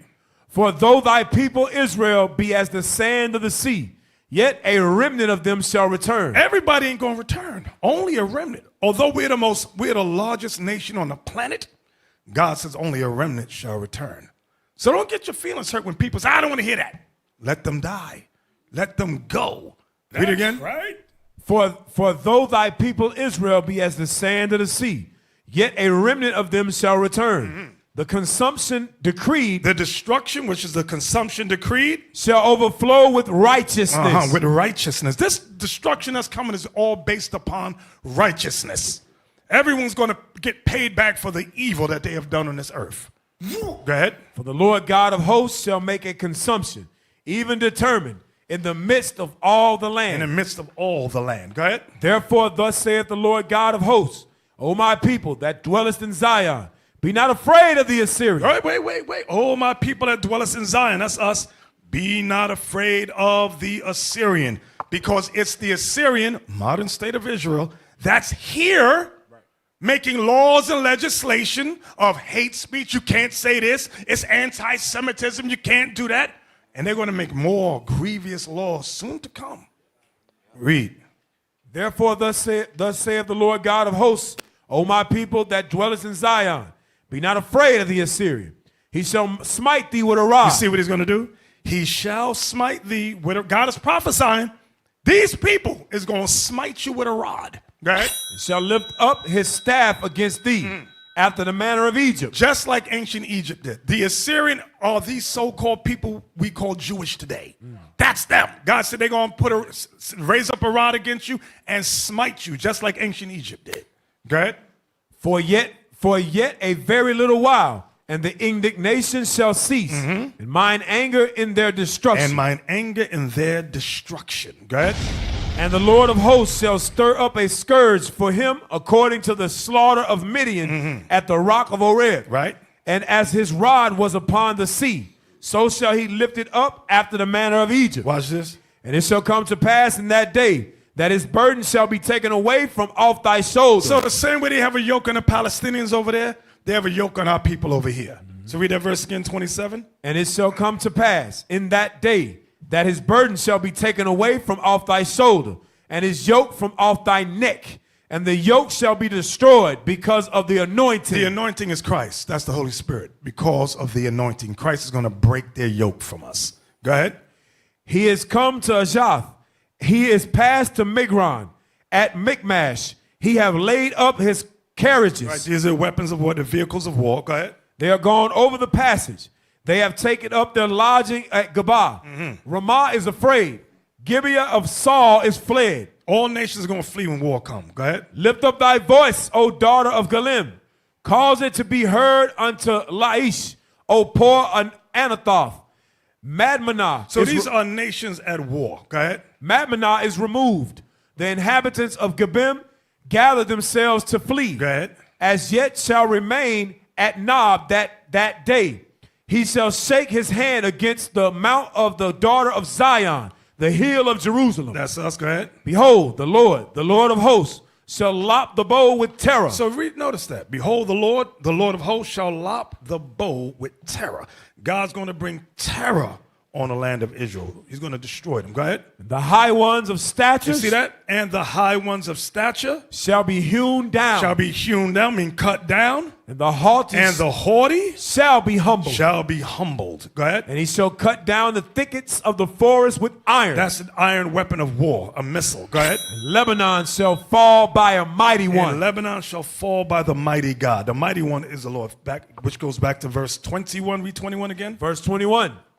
The remnant shall return, even the remnant of Jacob, unto the mighty God. So the mighty God is referring to verse 34 again now. Verse 34. He shall cut down the thickets of the forest with iron, and Lebanon shall fall by a mighty one. So the mighty one is going into the Lord. From there, give me Daniel.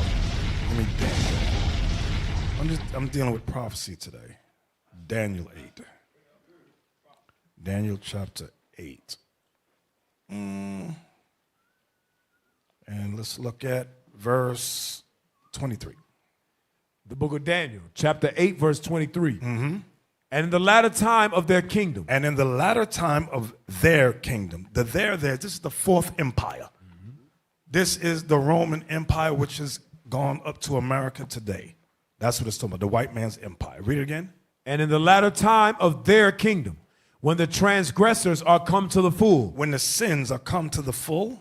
A king of fierce countenance and understanding dark sentences shall stand. So there's going to be a king of fierce countenance, and understanding dark sentences shall stand up. I always tell you that.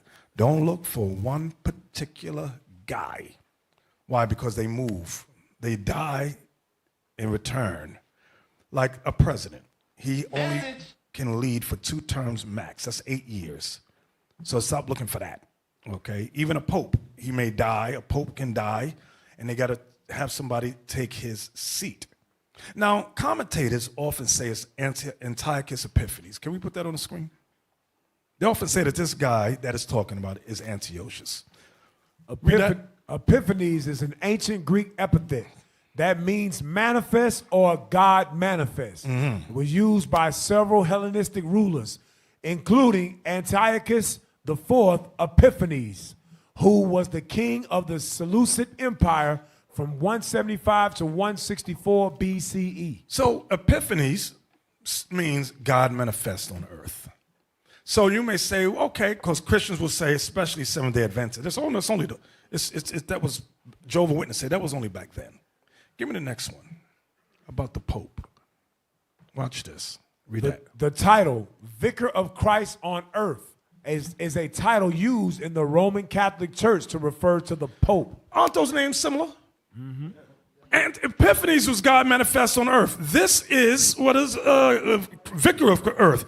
Well, look at the meaning. Look at the meaning. The meaning. The Pope is referred to as the Vicar of Christ because he is said to stand in place of Jesus Christ and possess his authority in the church. Y'all see that? So that's why if you look at some commentators, they'll just say Antichrist. Some will say just Antiochus, but it's both of them. Right. It goes into both of them. Go back to Daniel. Yes, sir. 8 again. Verse 23 again, Bishop. Daniel 8, verse 23.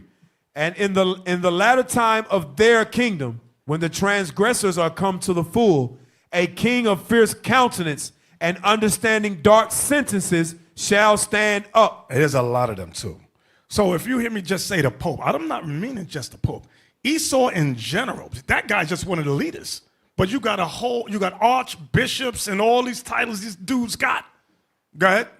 And his power shall be mighty, but not by his own power. Not by his own power. This dude working with Satan. These people work with the devil. Go ahead. And he shall destroy wonderfully, and shall prosper and practice, and shall destroy the mighty and the holy people. And through his policy, also, he shall cause craft to prosper. Now, as we go down, I'm going to revisit this again in a few minutes, but we're just going to read down. Okay? And through his policy also, he shall cause craft to prosper in his hand. And he shall magnify himself in his heart. And by peace shall destroy many. A lot of people going to die behind this peace accord. Go ahead. He shall also stand up against the prince of princes. The prince of princes. Get that in Isaiah 9 and 6. Is Christ. The Prince of Princes is Christ. Isaiah chapter 9, verse 6. For unto us a child is born, unto us a son is given, and the government shall be upon his shoulder, and his name shall be called Wonderful, Counselor, the Mighty God, the Everlasting Father, the Prince of Peace. The Prince of Peace. That's all I want to go back. Yes, sir. Daniel chapter 8, verse 25. And through his policy also he shall cause craft to prosper in his hand. And he shall magnify himself in his heart. And by peace shall destroy many. And he shall also stand up against the prince of princes. You're going to stand up against Christ. Go ahead. But he shall be broken without hand. He shall be broken without hand. Now, I want you to remember this. Get Ecclesiastes 1 and 9. Ecclesiastes 1 verse 9. Pay attention. The book of Ecclesiastes. I'm going to take you on a journey. Go ahead. Chapter 1, verse 9.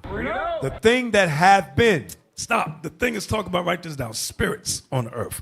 spirits is the thing that hath been. Read it again. The thing that hath been.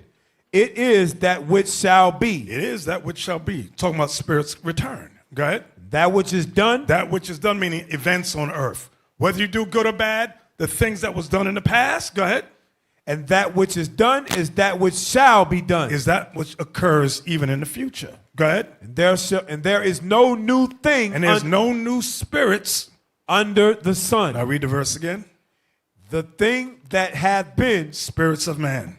It is that which shall be. That which is done. Meaning past events of whether obedience or disobedience. Is that which shall be done. There is future. Okay. There is no new thing under the sun. There's no new spirits under the sun. 2nd Esdras 5:42.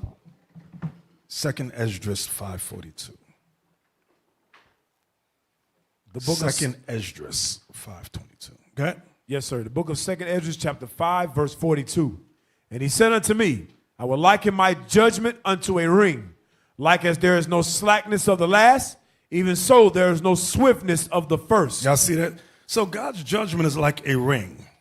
Okay? There's no slackness of the last. It means it's not slow. Even so, there is no swiftness, meaning rush of the first. It's a steady cycle of judgment. It goes round and round. This is why a lot of people don't understand the Bible. They'll read about events in Genesis, not realizing it will reoccur in Isaiah, Jeremiah, even in these last days, and be confused. Okay? Go back to Daniel 8 again. Yes, and sir. verse 23. Yes, sir. Daniel chapter 8, verse 23. And in the latter time of their kingdom, when the transgressors are come to the full, a king of fierce countenance and understanding dark sentences shall stand up. Stop. Now, hold on, 1 is 23. Was that it? Yes, sir. That was it. Now watch this. Give me the next book. Book. Come on, IT. Yep. Read that. The Rise of Christendom by Edwin Johnson, 1890. This was published in 1890. Go to the next page. I just want the bottom section. Highlight that. Bring it up. Read that. Yes, sir. There is the curious notice of R. Benjamin of Tudela, which describes rabbins as forming part of the suite of the Pope, the head of the Edomites. Do y'all hear what they call him? They call him the head of the Edomites. Damn! Give me the next one. Give me the next one. Highlight at the top. Now, the medieval chroniclers say expressly that Edom means the Roman Empire or the European powers. So they know that. So you read about the last fourth empire, and all churches go, that's Rome. But they don't know that that's Edom. Right. The Edomites. Go down to the very bottom. Zoom in. One of the earliest is Benjamin of Tudela, 1160, who calls Rome the Edomite capital, and the Pope the head of the Edomitish religion. Y'all see that? So you mean some scholars don't know what's going on? They don't know what time it is? Oh, they know. It's only black and Latino people don't know what's going on. We always confuse. So, give me the next page. Next page. Read that. At all events, many of these forgeries have been executed with sufficient cleverness by the mercenary servants of the Pope. So in this page, when you read this chapter, it goes into how the Pope's Jesuits, they find records and they make slight alterations in the books. Go ahead. By the mercenary servants of the Pope to deceive generations of scholars, otherwise acute, who have approached the literature under the stupor of ecclesiastical prepossession. Prepossession, excuse me. Give me the next one, please. Give me the next one. Read that. The Society Now, of we touched on this last week, but I just like this so much, I want to touch it again. Go ahead. The Society of Jesus, also known as the Jesuit Order, is a Catholic religious order that is subject to the Pope. Go ahead. Founded Ignatius of Loyola and 6 companions founded the Jesuits in 1540 with the approval of Pope Paul III. Next one, the article. Salon of the suffering of the CIA. In Showtime's The Spy Masters, America's chief spooks bare their souls on the pain of the terror war. Right. So now, when you go into this, y'all can look at the article on your own. Give me the next page with just the highlight section. Yeah. Read that. But as human specimens, they are all pretty much of a piece. The way archbishops or bank presidents are. In fact, they reminded me of Jesuit priests, a soft-spoken, pasty-faced brotherhood of white dudes with elite educations and deep roots in the arcane national security apparatus. It's fascinating to hear. But I want y'all to see what it says. It says they have elite educations and deep roots in the arcane national security apparatus. You'll see, we were in Rome, we saw a lot of them. Yep. You really don't pay them no mind because a lot of them is old and they're very soft. They talk very soft and very nice, but they are very diabolical. Give me the next page. Start with while, which says while. Raise it up. Start with while the number. While the number of Jesuits working in the mission fields, especially in Asia and Africa, exceeded that of any other religious order, they were involved in a broad and complex list of activities, including the field of communications. So the Jesuits deal with communications, social work, ecumenism, religion, human rights, and politics. And politics. Politics, good. In 1968, the Jesuit Superior General Pedro Arupe refocused the order with a preferential option for the poor, and the Jesuit ranks experienced a rise in the popularity of liberation theology. So they went around the globe talking about liberation theology. It was actually the overthrow of governments. But they used the guys who were trying to help you. These guys are dictators. We need a new policy here. That's what the Jesuits was doing. Go ahead. Which holds that ministry should include involvement in the political struggle of the poor. Rise up, yeah. This ideology influenced a number of Jesuit leaders in Latin America in the late 20th century, some of whom were met with violence and death because of their activism. Now, y'all see that right there? Some of whom were met with violence and death because of their activism. They were trying to overthrow governments. So, what the church does today, they use their deaths as a fulfillment of the persecution of the followers of Christ in Matthew 24. But that's not what it's talking about. These are demons being put to death, trying to overthrow government. But they go, no, Christ's disciples are being persecuted. And everybody's crying in the street. I'm like, no, it's all deceit. Right. Give me the next one. Yes, that right there. Read that. Jesuits, the Pope's army. When appearing as members of their order, they wore a garb of sanctity, visiting prisons and hospitals, ministering to the sick and the poor, professing to have renounced the world and bearing the sacred name of Jesus, who went about doing good. But under this blameless exterior, the most criminal and deadly purposes were often concealed. Read that sentence because it slips by the Northern Kingdom. It just went by them. Read that part for them. But under this blameless exterior, the most criminal and deadly purposes were often concealed. The Pope does not get up and say, hey, I'm sending spies and agents to destabilize your country. They don't do that. They will conceal the truth behind helping the poor and love. Like Mother Teresa. Everybody heard of Mother Teresa? Top witch, demon. Yeah, go ahead. It was a fundamental principle of the order that the end justifies the means. Watch this. By this code. By the code that the end justifies the means. What does it mean? Lying. Theft. Perjury. Assassination. What? Assassination. Were not only pardonable. But commendable. Go in there and take them out. And you got old Mother Teresa. Oh, my son. And she'll put you to death. Damn. Poison you or something. I'm just here to help. No, they cannot be around to help. Yeah, that's her. Anybody do the sign of the cross, throw them out. Right. The ends justify the means. That means by any means necessary. Exactly. That's what it means. And then when we do it, it's okay. Exactly. Wow. And people sleep on the church, what they call the Roman Catholic Church. Don't sleep on them. Read it. Go back and read it again. Yes, sir. By this code. No, lying- it was.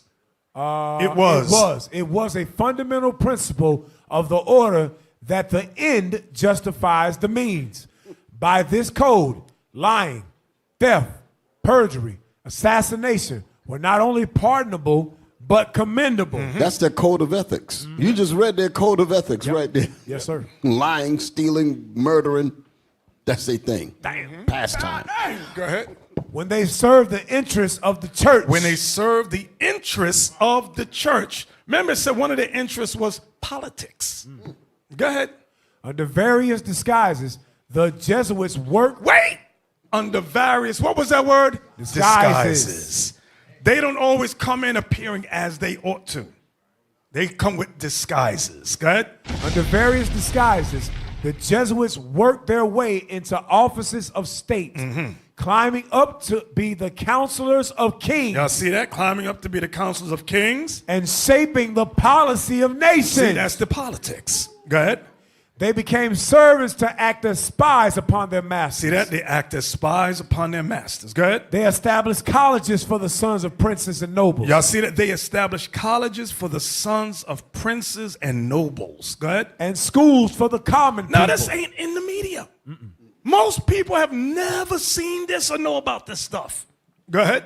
And the children of Protestant parents were, lift it up. And the children of Protestant parents were drawn into a observance of popish rites or popish rites. All the outward pomp and display of the Romish worship was brought to bear to confuse the mind and dazzle and captivate the imagination. And thus the liberty for which the fathers had toiled and bled was betrayed by the sons. The Jesuits rapidly spread themselves over Europe, and wherever they went, there followed a revival of popery. Popery. Now, go back to Daniel 8:24. Yes, sir. The book of Daniel, chapter 8, verse 24. And his power shall be mighty, but not by his own power. And he shall destroy wonderfully, and shall prosper and practice, and shall destroy the mighty and the holy people. Now, put that on the screen, eugenics. So now we often see this. This is a way that they destroy. We're the mighty and the holy people. They destroyed us. You got eugenics. Read some of them limbs down there. Yes, sir. You got biology, genetics, psychology, physiology, anatomy. All these things work to our detriment. They work to the destruction of the 12 tribes of Israel. You might think these things help us, but they actually destroy us. Go ahead. Mental testing, history, geology, archaeology, anthropology, ethnology, geography, law, statistics, politics, economics, biography, genealogy, sociology, religion, education, medicine, surgery, and psychiatry. Right. Give me the next picture with the Pope. Yep. Give me the next one. Y'all sleep on this guy. Go ahead. So he works with America. That's why it says not by his own power, because America is the muscle behind Rome, the physical muscle. Give me the next one. And these popes, they always meet with world presidents. Okay, give me the next one. Right, don't sleep. They have private meetings. What the hell is up underneath that gown? I don't want to know. He got some evil, he got some demons and all types of stuff up under there. You're right about that. Spells and all types of things. Exactly. Now, we read, it said he shall have power, but not by his own power. Is that what it says? Something like that, right? Yes, sir. Go to Revelation 13. Read that again, Daniel 8, real quick. Yes, sir. Daniel 8, verse 24. And his power shall be mighty, but not by his own power. That's all I wanted. Now give me Revelation 13. Yes, sir. Verse 2, Bishop? Nope. I want verse 11. Verse 11, yes, sir. Revelation chapter 13, verse 11. And I beheld another beast coming up out of the earth. This is the United States of America. This is the beast coming up out of the earth. Go ahead. And he had two horns like a lamb. Democracy and republicanism. Democracy is a two-partisan political system. Go ahead. And he spake as a dragon. Why he speak like a dragon? Because what they their policies are against God's laws. Go ahead. Right, put it on the screen. These are the two horns, Republican, Democrat. Those are the two horns. And then people, I think we should vote Democrat.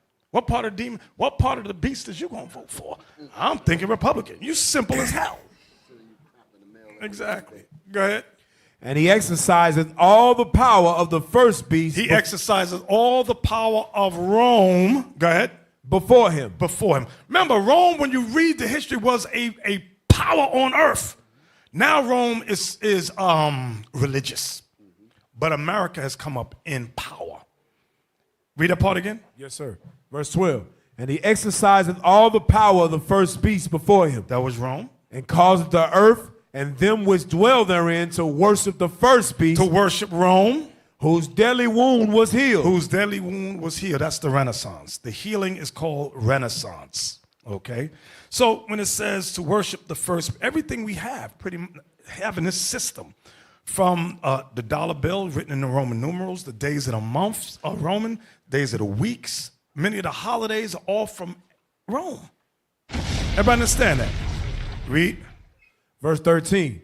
And he doeth great wonders, so that he maketh fire come down from heaven on the earth in the sight of men. Give me the next picture. Yes.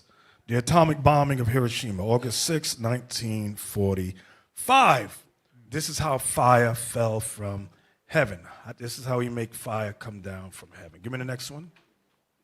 That's it right there. That's a photo of it. It was called Little Boy. They call that bomb Little Boy. And the next one they call Fat Man. That one right there, this bomb's name was called Fat Man. They dropped these two bombs on Hiroshima and Nagasaki in 1945. Give me the next one. That's it. Give me the next one. Yep. Give me the next one. This is the fire from heaven. This is the fire. Do we have a video on that that won't get us flagged? Go ahead, show it. I don't hear nothing. We don't have no sound? Okay. But this is the dropping of the atom bomb. This is fire, making fire come from heaven. It had never been seen on the planet Earth before. They ain't never seen that. Right. Nobody ever seen nothing like that before. So where we at? We're still at verse 13. 13 again? Yes, sir. And he doeth great wonders, so that he maketh fire come down from heaven on the earth in the sight of men. So this is what was done. That's Hiroshima, Nagasaki. That was done. Hundreds and hundreds of thousands and thousands of people, charcoal, destroyed. Yeah. When Esau watches what his weapons do, to him, that's his aphrodisiac. Huh? He get turned on by seeing people die at the will of his hands, dropping bombs on people. He get excited about that thing. Exactly. Yep. Where we at, Cap? Verse 14 now, Bishop. Go ahead. And deceiveth them that dwell on the earth by the means of those miracles. Notice what it's calling the dropping of the bombs. Miracles. Because no one had ever seen nothing like that before. Read again. And deceiveth them that dwell on the earth by the means of those miracles. So their science is called miracles in the Bible. Go ahead. Which he had power to do in the sight of the beast. Which he had power to do in the sight of Europe. That was the beast. Go ahead. Saying to them that dwell on the earth, that they should make an image to the beast, which had the wound by a sword and did live. So make an image in honor to Rome. Give me the pillory. So this tells you about the image. In the pillory, tale of the Borgia Pope. Go ahead, go in. Zoom in at the bottom. Bust of the Savior posed for by Caesar Borgia. So from Rome, remember, he was the second son of Pope Alexander VI of Rome. His image was used as the image, the Renaissance image for the new image of Christ. Let's look at the image. That's him right there. Give me the next one. Zoom in at the bottom. Yes, sir. The original of this bust was found in the church of San Salvatore in Termis, now destroyed. It is an open secret that Caesar Borgia, the son of Pope Alexander, had posed for it. See that? So all the scholars, they know that that image of the beast is Caesar Borgia. They know that thing. It's the black and Latin church that is unawares, totally unawares. Now you may say, well, what does this got to do with 1945? Give me head of Solomon, head of Christ. Yep. Read that first paragraph, Yes, then sir. jump. Head of Christ. The head of Christ, also called the Salmon Head, is a 1940 portrait painting of Jesus of Nazareth by American artist Warner Salmon. As an extraordinarily successful work of Christian popular devotional art. Right. Now jump down. Give me. Well, let's get to the point. Raise it up. Raise it up. Go ahead. I want to get to the war. I think it's under Origins, I think. I'm not sure. Yeah, under Origins, I think. Where it says the Baptist bookstore. Under Origins, look up. You see Origins, That's it right right? there. That's it right there. That's right there. Go back. Go back. The Baptist bookstore. Yeah. Yes, you sir. got it. The Baptist bookstore initially popularized the painting, distributing various size lithographic images for sale throughout the southern United States. The Salvation Army and the YMCA, as members of the USO, handed out pocket-sized versions of the painting to American servicemen heading overseas during World War II. So this is what this has to do with the dropping of the atom bomb. This image became famous during World War II. All servicemen carried this image in their pockets to exhort them to carry on, to fight, to war, to kill, to maim, to destroy. Go ahead. After the war, groups in Oklahoma and Indiana conducted campaigns to distribute the image into private and public spaces. That's all I wanted. Yes, sir. So now when we go back to Revelation again, where Yes, we sir. at, Cat? What verse was that? 13, 14, Bishop. Revelation 13, verse 14. And deceiveth them that dwell on the earth by the means of those miracles which he had power to do in the sight of the beast. Which is Europe. The beast there is Europe. Go ahead. Saying to them that dwell on the earth that they should make an image to the beast, So that's the white image of Jesus. which had the wound by a sword and did live. So they honored the Rome image from Rome. That's what it's talking about. Read 15. And he had power to give life unto the image of the beast. We just read who the image actually is. It's actually Caesar Borgia, but they gave it whose life, brothers? Jesus Christ. Christ. They gave it the life of Christ. Go ahead. And he had power to give life unto the image of the beast, that the image of the beast should both speak. Now, how does this damn image speak? Give me the next one. This is how the image speaks. Play that. Hopefully we don't get hit. Go ahead.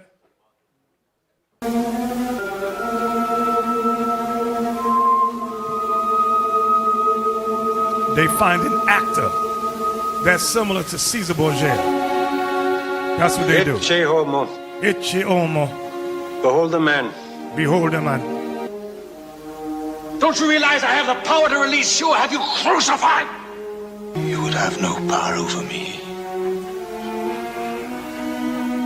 if it had not been given you from above. Anybody crying in here, throw him out. That is not Jesus. Right. It is an insult. He is not the king of the Jews. Those are the orders. Where is chief? Take down that sign.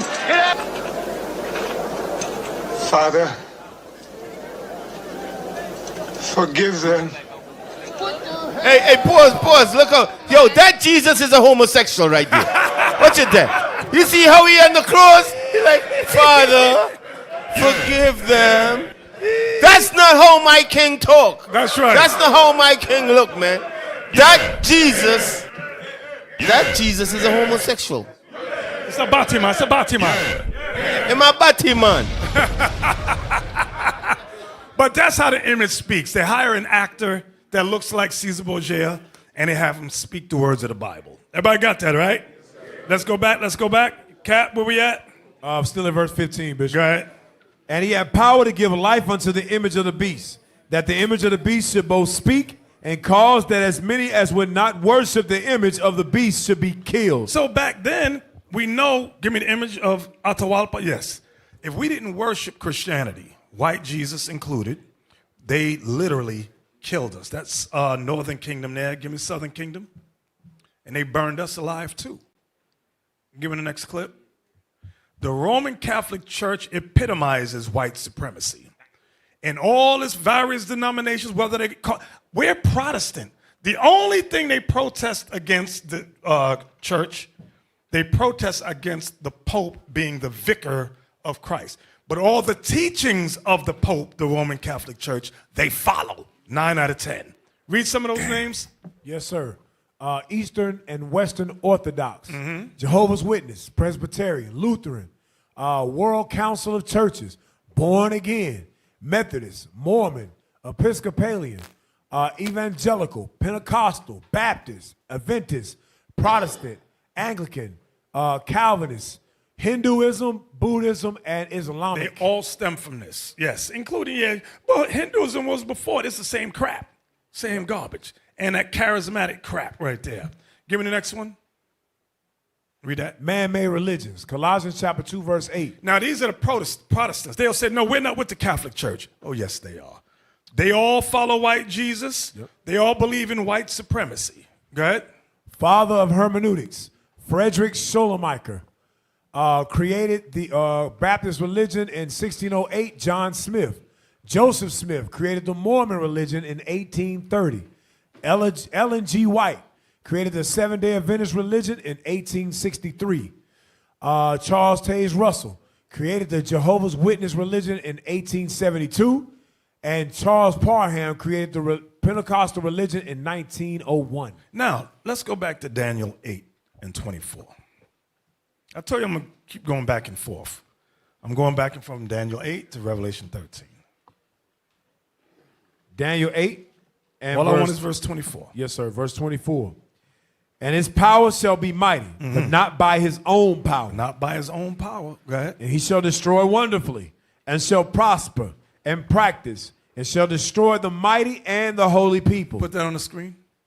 The mighty and the holy people are the Israelites. Now, we were all, as the Israelites, we went off into madness. Some of us became Muslims. They called us Moors. Some of us were Christians under white supremacy. And some of us always knew that we were the Jews. Some of us. We were broken up into various names and denominations. Give me the next one. Give me the next one. Give me the next one. These are the Moors. These are the Israelites. Give me the next one. J.E. Rogers wrote a book, Nature Knows No Color Lines. Give me the next one. And he found out that many of the rulers of Europe were initially black men from the tribes of Israel. Read that bottom half down there. Read that bottom half at the bottom. British families, top left. The Moors of Yorkshire, including Sir Thomas More, Chancellor of Henry VIII, Yorkshire genealogist, volume 2. The others are from Fairbairn's Book of Crests, Fox Davier's, come on, man. Come on, zoom in. Armorial Families, and Elwin's Book of Crests. Give me the next book. This is from Image of the Black and Western Art. Zoom in. As you can see, the black soldiers, warriors in the castles being attacked by white people. Okay, this is the rise of Esau, Edom, during the time of Renaissance, when they began to slaughter the Israelites. We went by various names. We were all broken up, spoke various languages, so forth and so on. Give me the next one under it, raise it up, or lower it, I forgot. Yes. Now move to the side. You can see we lost the war, lost the battle. They're chopping us up. Give me the next picture from Image of the Black and Western Art. There's another one. Can we zoom in on that picture? I believe that was in France or Germany. I forgot off the top of my head. But as you can see, white man is storming the castle that we were in, and they were murdering and enslaving us. Give me the next one. Here's another one with the Moors and a castle, and you got the wildlings, the wild men, on the left, like in the Game of Thrones, how they were attacking us in our castle. They were the hairy beasts who did not have a Gillette shave. That was them. They were the rapers and robbers and murderers.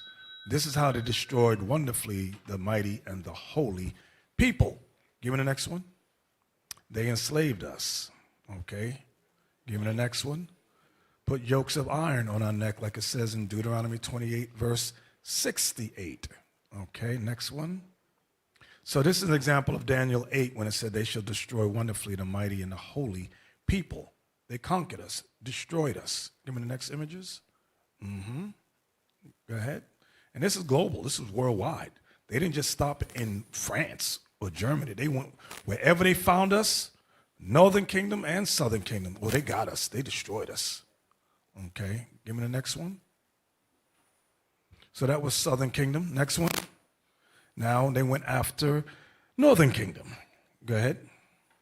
They conquered, slaughtered Hernan Cortez, Ponce de Leon, so forth and so on. They went throughout the globe under the direction of the Roman Catholic Church, slaughtering us. Next picture, please. That's what they were doing.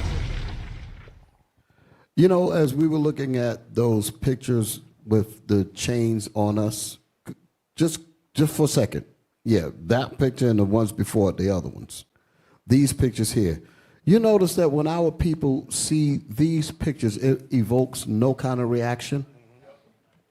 Think about why. Because we've gotten used to seeing this. That's psychological. Damn. But when we see Esau in it, it evokes a reaction because it's something that we're not used to seeing. Think about the subconscious damage because we see this and be like, oh, okay, that's normal, and it doesn't move, doesn't bat an eye or anything. Something to think about. Go ahead. Next one. Yep. So they were slaughtering us throughout the Latin America, Central, South America. Go ahead. Go ahead. This is what they did to us. Go ahead. And yes, there was an Indian slave trade for the Negroes online who don't know history. They did sell the native Indians throughout Latin America, South America, Central, into slavery. Even, give me the next one, they even got our people that were in Australia. Okay. Read that bottom half. It says a work gang. I don't know if you can zoom in. Yeah, zoom in if you can, Bridger. A work gang. Can you lift it up?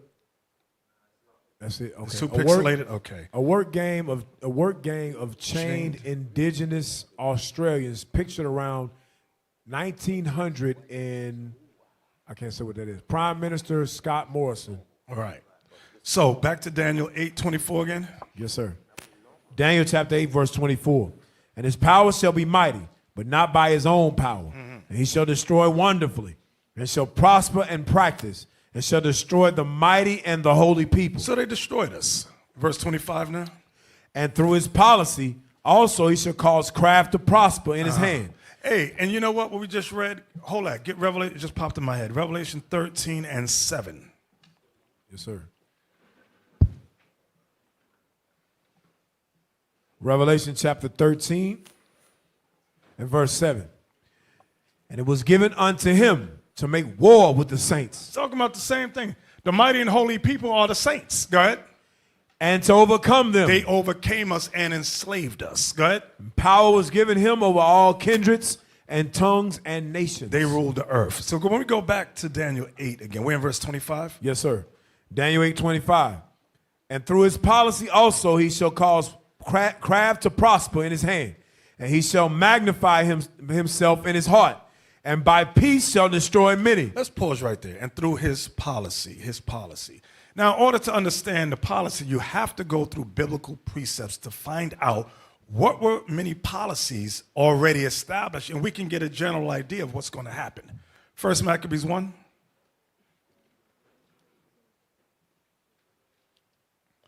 And 41.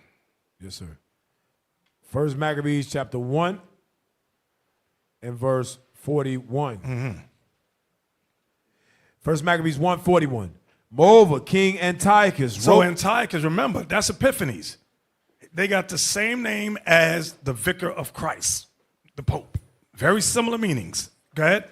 Moreover, King Antiochus wrote to his whole kingdom that all should be one people, and everyone should leave his laws. So all the heathen agreed according to the commandment of the king. Go ahead. Yea, many also of the Israelites consented to his religion. So don't be shocked. Just like it was back then. Remember, the thing that has been is that which shall be. And there's no new thing. Many of our people consented to the Epiphanes religion back then. In these last days, he's going to do the same thing. The same thing. Read that again. Yea, many also of the Israelites consented to his religion, and sacrifice unto idols, and profane the Sabbath. For the king has sent letters by messengers unto Jerusalem and the cities of Judah, that they should follow the strange laws of the land. So there will be an implementation of new laws, and everyone will be forced to follow those new laws. This is their policies. Go ahead. And forbid burnt offerings and sacrifice and drink offerings in the temple, and that they should profane the Sabbaths and festival days, and pollute the sanctuary and holy people, set up altars and groves and chapels of idols, and sacrifice swine's flesh and unclean beasts, that they should also leave their children uncircumcised, and make their souls abominable with all manner of uncleanness and profanation. Why? To the end they might forget the law. We got to make these people forget God's law. Go ahead. Change all the ordinances. Go ahead.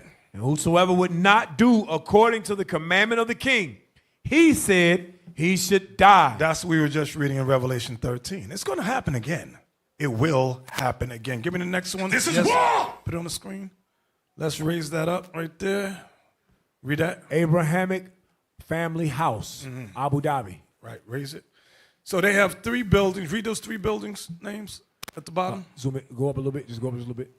The 3 buildings, a mosque, a synagogue, and a church that make up the Abrahamic family house. So they're attempting to unite all religions, make everybody one, to coexist. Give me the next article. That's all I wanted. Give me crooks.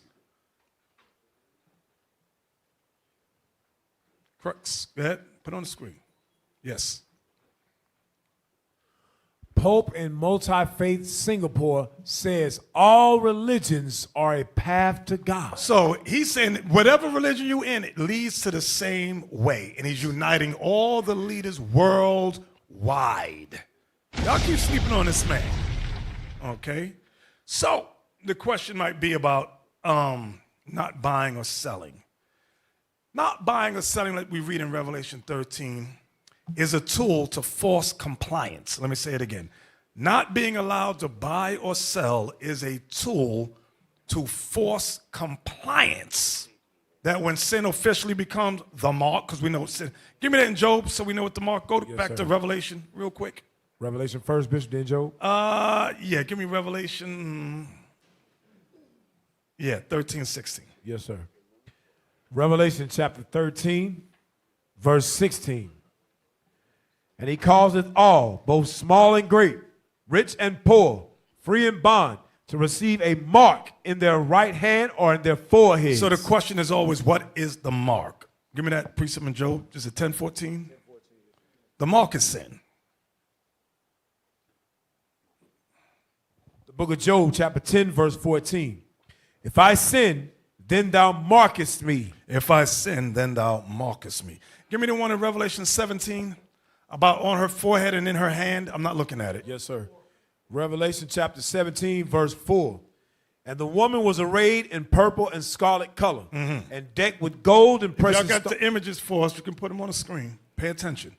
Go ahead. And decked with gold and precious stones and pearls, having a golden cup in her hand. So in her hand is a golden cup. Go ahead. Full of abominations. Full of what? That's where you gotta go. You gotta slow that part. Full of abominations. Remember we read earlier, having a mark in your hand or in your forehead. In the hand, in her hand, which represents America, abominations. Go ahead. Having a golden cup in her hand, full of abominations and filthiness of her fornication. And filthiness of her fornication. Go ahead. And upon her forehead. Now it talks about the forehead. Go ahead. Was a which name, is your mind? Which is your mind? Was a name written. Was a name written? Mystery. Babylon the Great, the mother of harlots, and abominations of the earth. So yes, that's America. That's Rome. To sum it all up, that's Esau. That's the so-called white man. That makes it simple for everybody. Once you got it like that, okay, that's them. Try to figure out, is it this guy? It ain't that guy. It ain't this guy. He just died. It's them as a whole. They work together. Now, watch this. When does sin become, because everybody sins. Everybody sins. When does it become, quote unquote, the mark? When it's enforced. Like we just read in 1 Maccabees 1. All that stuff that we read in 1 Maccabees 1 was going on already. But when did it become an official sin? When The Greeks enforced it, and we fought against it. Okay, the righteous fought against it. It's going to be the same thing in these last days. When certain things are implemented, I'm talking about sin. Because right now everybody's sin, adultery, whatever, do whatever the hell you want. But when it becomes law, and this becomes outlaw, that's the mark. And then you're going to have to choose you this day. What shall you do? Back to Daniel 8. Yes, sir. Verse 25 again, Bishop. Let me get 24. Yes, sir. Daniel chapter 8 and verse 24. And his power shall be mighty, but not by his own power. And he shall destroy wonderfully, and shall prosper and practice, and shall destroy the mighty and the holy people. We've been destroyed. Go ahead. And through his policy. And through his policy. Can we look up that word policy, please? Policy. Policy. Can we look that up, IT?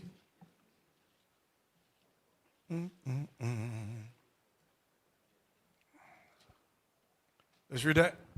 Policy, a course or principle of action adopted or proposed by a government. By a government? Party, business, or individual. So we know Revelation 13 is talking about a policy imposed by a government. Okay, look at some of the similar words. Read some of them words. Similar. Plans, strategy, proposed action, blueprint, approach, scheme, stratagem, program, schedule, code, system, guidelines, intentions, notions, theory, line, position, stance, attitude, practice, custom, procedure, want, way, tact, routine, matter of course, style, pattern, convention, mode, or rule. Now go back to Revelation 13 real quick. Something just popped in my mind. Read that verse again where you was at in Revelation 13. Or Yes, was sir. it 16? 13, 16. Yes, sir, Bishop. Yeah. Revelation chapter 13, verse 16. And he calls all, both small and great, rich and poor, free and bond, to receive a mark in their right hand or in their foreheads. So now we know that mark is sin. The lawful practice of sin. Okay? Go ahead. Verse 17. Because you may say, I would never do that. Well, how will they force people to comply with that? The next verse. Verse 17. That no man might buy or sell, save he that had the mark or the name of the beast or the number of his name. So control of the economic system, that's how they get compliance through the masses of people. Hey, give me that next video real quick. It's short. Now, there are many things in the works, but we're going to see exactly what occurs. Go ahead, play that. Hey everyone. Today, I'm diving into a topic that's sparking debates worldwide. Central bank digital currencies, or CBDCs. What are they? And more importantly, what could they mean for humanity? Let's get into it. Central bank digital currencies are like the digital form of our regular money, but issued and regulated by a country's central bank. At first glance, they seem like a modern upgrade to our current financial system, right? But there's more to the story. First off, privacy concerns. Unlike decentralized cryptocurrencies like Bitcoin, CBDCs are completely controlled by the government. This means every transaction you make could potentially be tracked and monitored. Imagine a world where every coffee purchase, every online subscription is logged in a government database. Feeling uncomfortable yet? Another point is financial control. With CBDCs, central banks could have unprecedented control over the economy. They could enforce negative interest rates directly on your digital wallet, essentially charging you for holding on to your own money during tough economic times. This power could also extend to freezing accounts or altering balances if deemed necessary. It sounds like something... Altering or changing accounts if deemed necessary. Freezing. Go ahead. Out of a dystopian novel, doesn't it? The potential for misuse of this power is vast, making individuals vulnerable to government overreach. Imagine a scenario where political dissent is punished through financial means. See that? You get punished through financial means. Go ahead.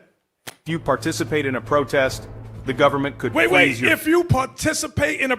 Y'all know this is like a protest. You participate in a protest, the government could freeze your funds. Read that, play it again. Protest, the government could freeze your funds or limit your spending capabilities. Then, there's the risk of cyber attacks. By centralizing our money digitally, we're potentially opening the door to massive digital heists. A successful attack on a central bank could lead to catastrophic financial disruptions. Remember, no system is completely hack-proof, though Bitcoin's blockchain has never been hacked. But it's not all doom and gloom. Some argue that CBDCs can make transactions faster and more accessible, especially in underbanked regions. However, the trade-offs and risks are significant and worth considering. So what do you think? Are the potential benefits of CBDCs worth these risks? All right, that's all. Or is the idea... Let's go back. Daniel 8:25 again. This is war. Everybody in there, I will never turn my back on Christ. Most of y'all got little cute babies. Let them cute little babies start to starve. See what you're going to do. You see, you're going to see the real from the fake. Go ahead. Daniel chapter 8, verse 25. And through his policy also he shall cause craft to prosper in his hand. And he shall magnify himself in his heart. And by peace shall destroy many. And by peace shall destroy many. What that means? 2 Ezra 16:70, please. By peace destroy many. Remember, we just read the bottom of verse 24. We've been destroyed already. Then it comes back in the next verse and says, and destroy many. But we already been destroyed. So what's it talking about?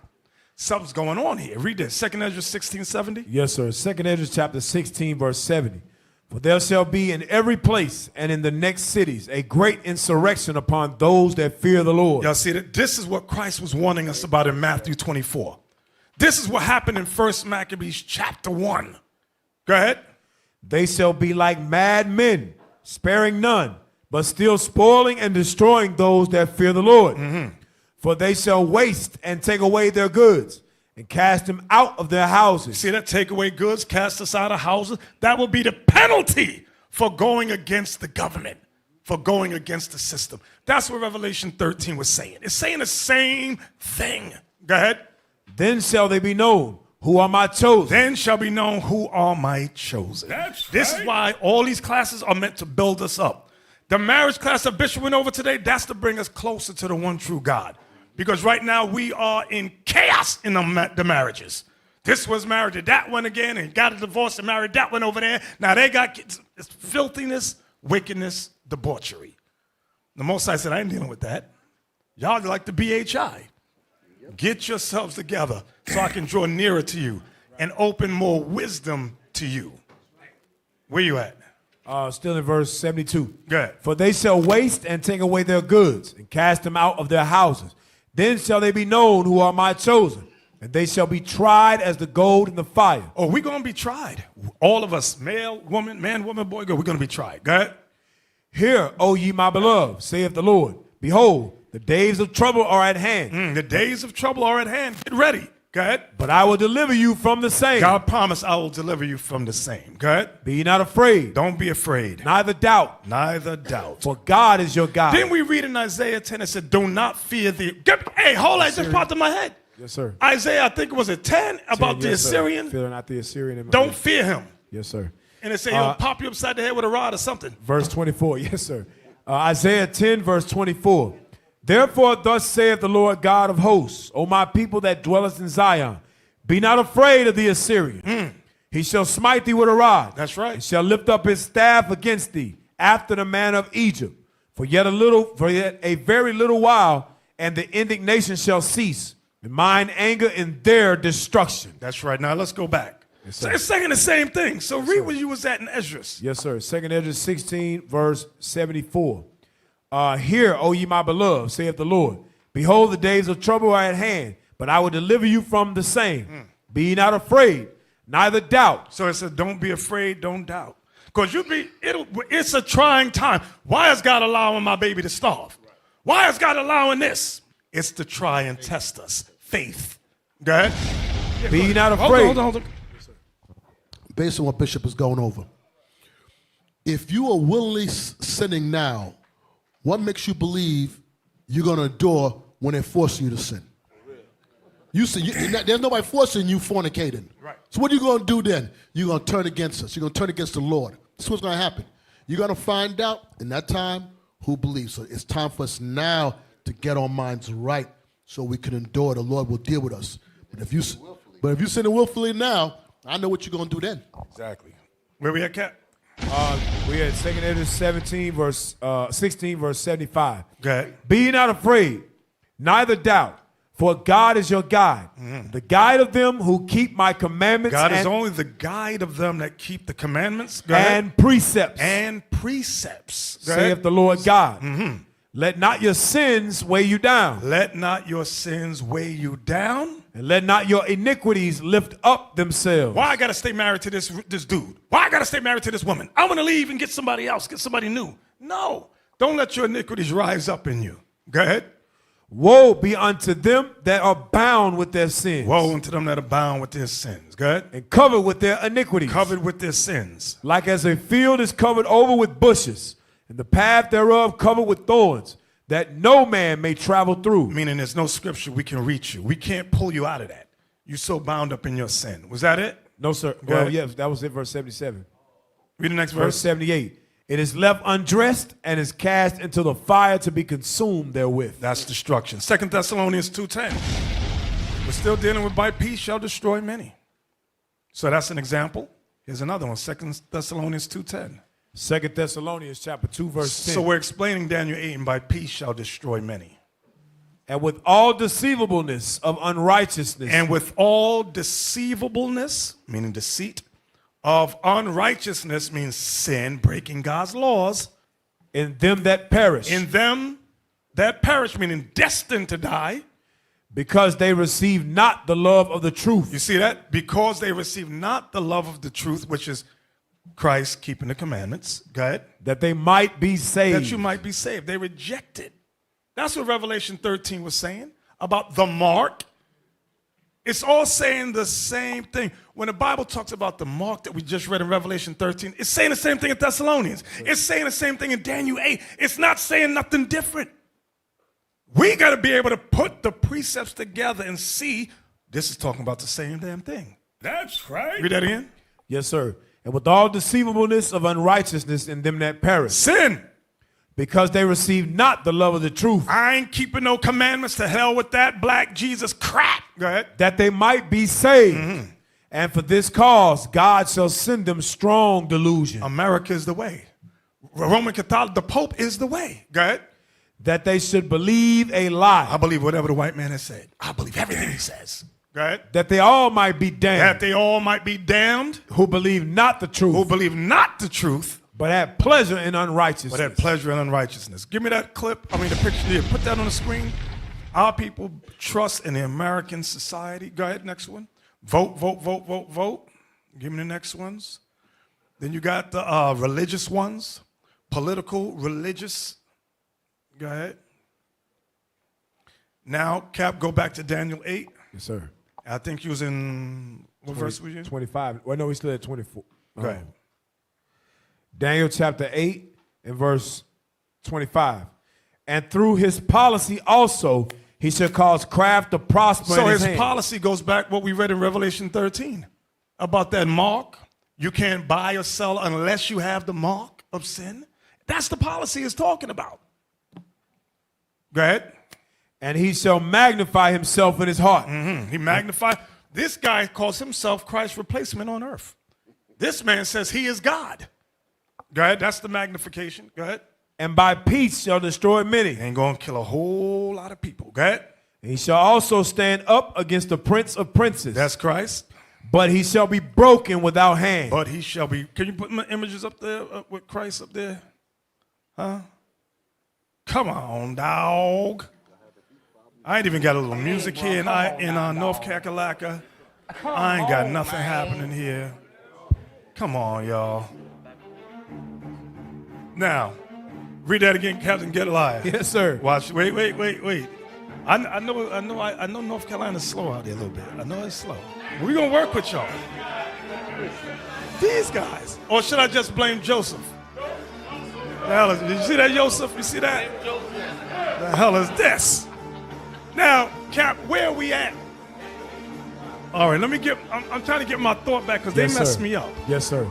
IT over there. Joseph did it? Your boy's on point? But why is Joseph here?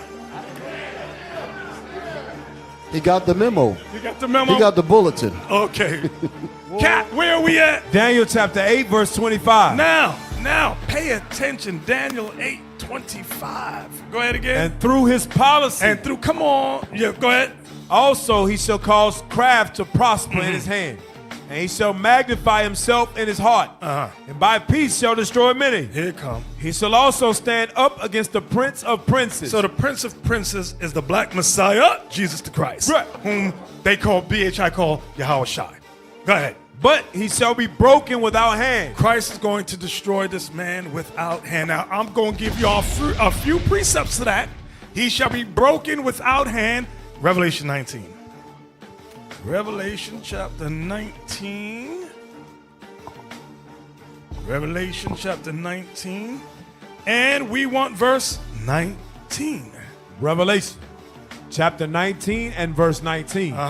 And I saw the beast. And I saw the beast. And the kings of the earth. And the king. So he saw America and all the nations. Go ahead. And their armies. And their armies, the multitude of armies. Hey, if y'all got armies and all, y'all can show them up there. Go ahead. Gathered together to make war against him that to make war against Christ that sat on the horse. That sat on the horse. And against his army. And against Christ's army, the angels. Go ahead. And the beast was taken. And America was taken. The white man was taken. And with him the false prophet. That's the Pope and the entire church system. So that verse 20, and the beast was taken, and with him the false prophet. That's America, their politics and all that. And their whole church system. Read again, verse 20. And the beast was taken, and with him the false prophet that wrought miracles before him, with which he deceived them that had received the mark of the beast, and them that worshiped his image. These both were cast alive into a lake of fire burning with brimstone. These both referring to the beast and the false prophet. The beast is America. The false prophet is the Pope and that whole religious church system. Go ahead. And the remnant was slain with the sword of him that sat upon the horse, which sword proceeded out of his mouth. So that's words, the word of God. That's the sword that proceeded out of his mouth. And all the fowls were filled with their Here's flesh. the next precept. Here's the next precept. 2 Ezra 13 and 9. 2 Ezra 13 and 9. 2 Ezra chapter 13 and verse 9. And lo, as he saw the violence of the multitude that came. That's nations warring. Go ahead. He neither lifted up his hand, nor held sword, nor any instrument of war. Didn't we read in Daniel 8, it said he shall be broken without hand? Yes, sir. He ain't coming back with no instrumental. Christ don't need no particular instrument of war. Right. Jump down to verse 28. He is. That's him. Jump down to verse 28. Verse 28. And that he held neither sword nor any instrument of war. See that? Remember, say this white man shall be broken without hand. It said the Lord shall neither hold any sword nor any instrument of war. Go ahead. But that the rushing in of him destroyed the whole multitude that came to subdue him. That's right. This is the interpretation. Behold, the days come when the Most High will begin to deliver them that are upon the earth. That's you and me, him waking. This is the beginning process, waking us up to the truth that we're the Israelites and we must keep the commandments. Everybody understand that? Yes, sir. Go ahead. And he shall come to the astonishment of them that dwell on the earth. Like a thief in the night. Go ahead. And one shall overtake to fight against another. One nation shall undertake to fight against another. One city against another. One city against another. One place against another. One place against another. One people against another. One people against another. And one realm against the another. Spirit realm and the physical realm.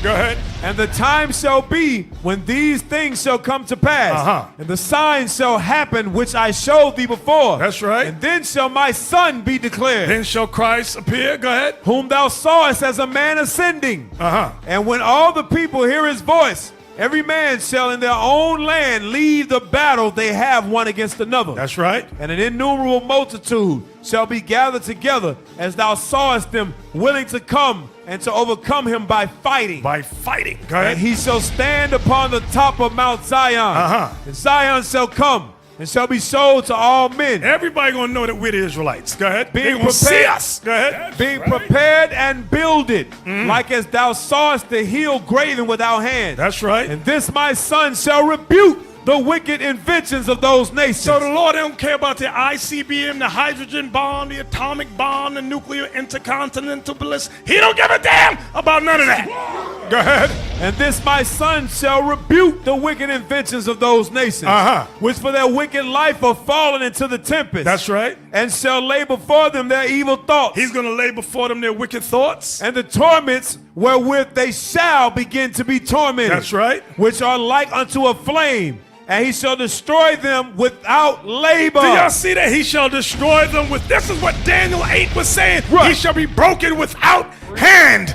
Go ahead. And he shall destroy them without labor by the law, which is like unto fire. Which is like unto fire. So the word of God is that fire. Give me that clip. Give me that other clip. I like that. That's some good stuff. I thought this other clip was kind of funny. Give me the last one. Give me that last one right there. Come on, y'all. Joseph, come on. I thought it was good. I don't know. One of you brothers did it. You know who you are. Put us out. With his chariots like a whirlwind, to render his anger with fury, and his rebuke with flames of fire. I like this thing right here. This is powerful stuff right here. Judgment for Edom. Judgment. Great God, I assign my army in no match for you. Please spare them. I ain't willing to pay any price, great God. You should have known. Hey! 12 tribes! 12 tribes! 12 tribes! And with that, we say shalom. Across the earth, the prophets move. From city streets to distant lands, the message is the same. Israel must rise. Through every quest, every journey, the truth spreads. No border can contain it. No distance can silence it. Our nation lives in every moment. In joy, we celebrate marriages. In sorrow, we honor our dead. On the Sabbath, we gather as one. Families rejoicing together, bound by the commandments of God. Yet are we tried. From the stones in Kenya to the hatred in Montana, we endure as a soldier of the Lord. And still, the mission expands. On the airwaves, on the screens, in every nation under heaven, Israel's voice is heard. We build our communities. We raise our children in royalty. We restore what was broken. We clean what was defiled. We show the world who we are.